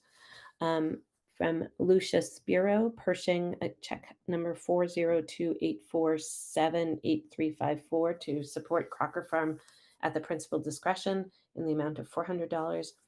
And anonymous gift of a replacement refrigerator for Wildwood staff in the staff room. Estimated value of $300 for a total cash donation gift amount of $410. Is there a second? Second. Oh, you can't second. I wasn't trying to second. I was just going to say something. Peter seconded. Oh, Peter seconded. Seconded by Peter. Okay, Mike. I just want to thank Lucia Sparrow as the teacher with that donation. She's a retired English language ELL teacher who taught both at Fort River and Crocker Farm and has consistently been generous in donating to the district since she retired. So I just want to thank, I personally work with Lucia at both schools. And I just want to thank Lucia for her tremendous efforts and continued support of our district. So that was it. I know it's late, but it was an important one to say. She always donates at the end of long meetings. I don't know what it is. So we appreciate it anyway, Lucia, but like, it's never like 8:30 when I'm thanking Lucia every year. It's double digits in the hour, but no less appreciated. So thank you. I just want to publicly thank Lucia for her continued support of our district. Okay, thank you. And we'll take a vote. Ben? Ben, I. Allison, I. Peter? Peter, I. Jennifer? Jennifer, I. Him. And next up is future agenda planning. Our next meeting is December 13th. And we are hopefully not going to be at the tail end of a long other meeting on that date. So we'll be making a decision on the 6th grade model at ARMS. Conversation about Crocker Farm Cubbies. That was the capital request, I think, that Jennifer had brought up earlier this year, or maybe even last spring. Can't remember now. So we were going to look at that and talk about the budget process. So hopefully there will be maybe feedback from BCG meeting at that point, but we'll look at a calendar at that point. Any other? You don't have to decide tonight. You can always email me with agenda requests. Jennifer? Will we be meeting in person? Yes, that's the plan at least. At the library, at the high school library? Okay. Correct. Thank you. Yes, I last Amherst Media is all set and ready to go with that. So we will be able to meet in person and live stream. Okay. So if anything, when you're more awake, if you have other agenda items, please do email me. And I move that we adjourn the Amherst School Committee. Second. Moved by Allison, seconded by Jennifer, and there's no discussion. Jennifer? Aye. Peter? Aye. Ben? Aye. And Allison, aye. Thanks, everybody.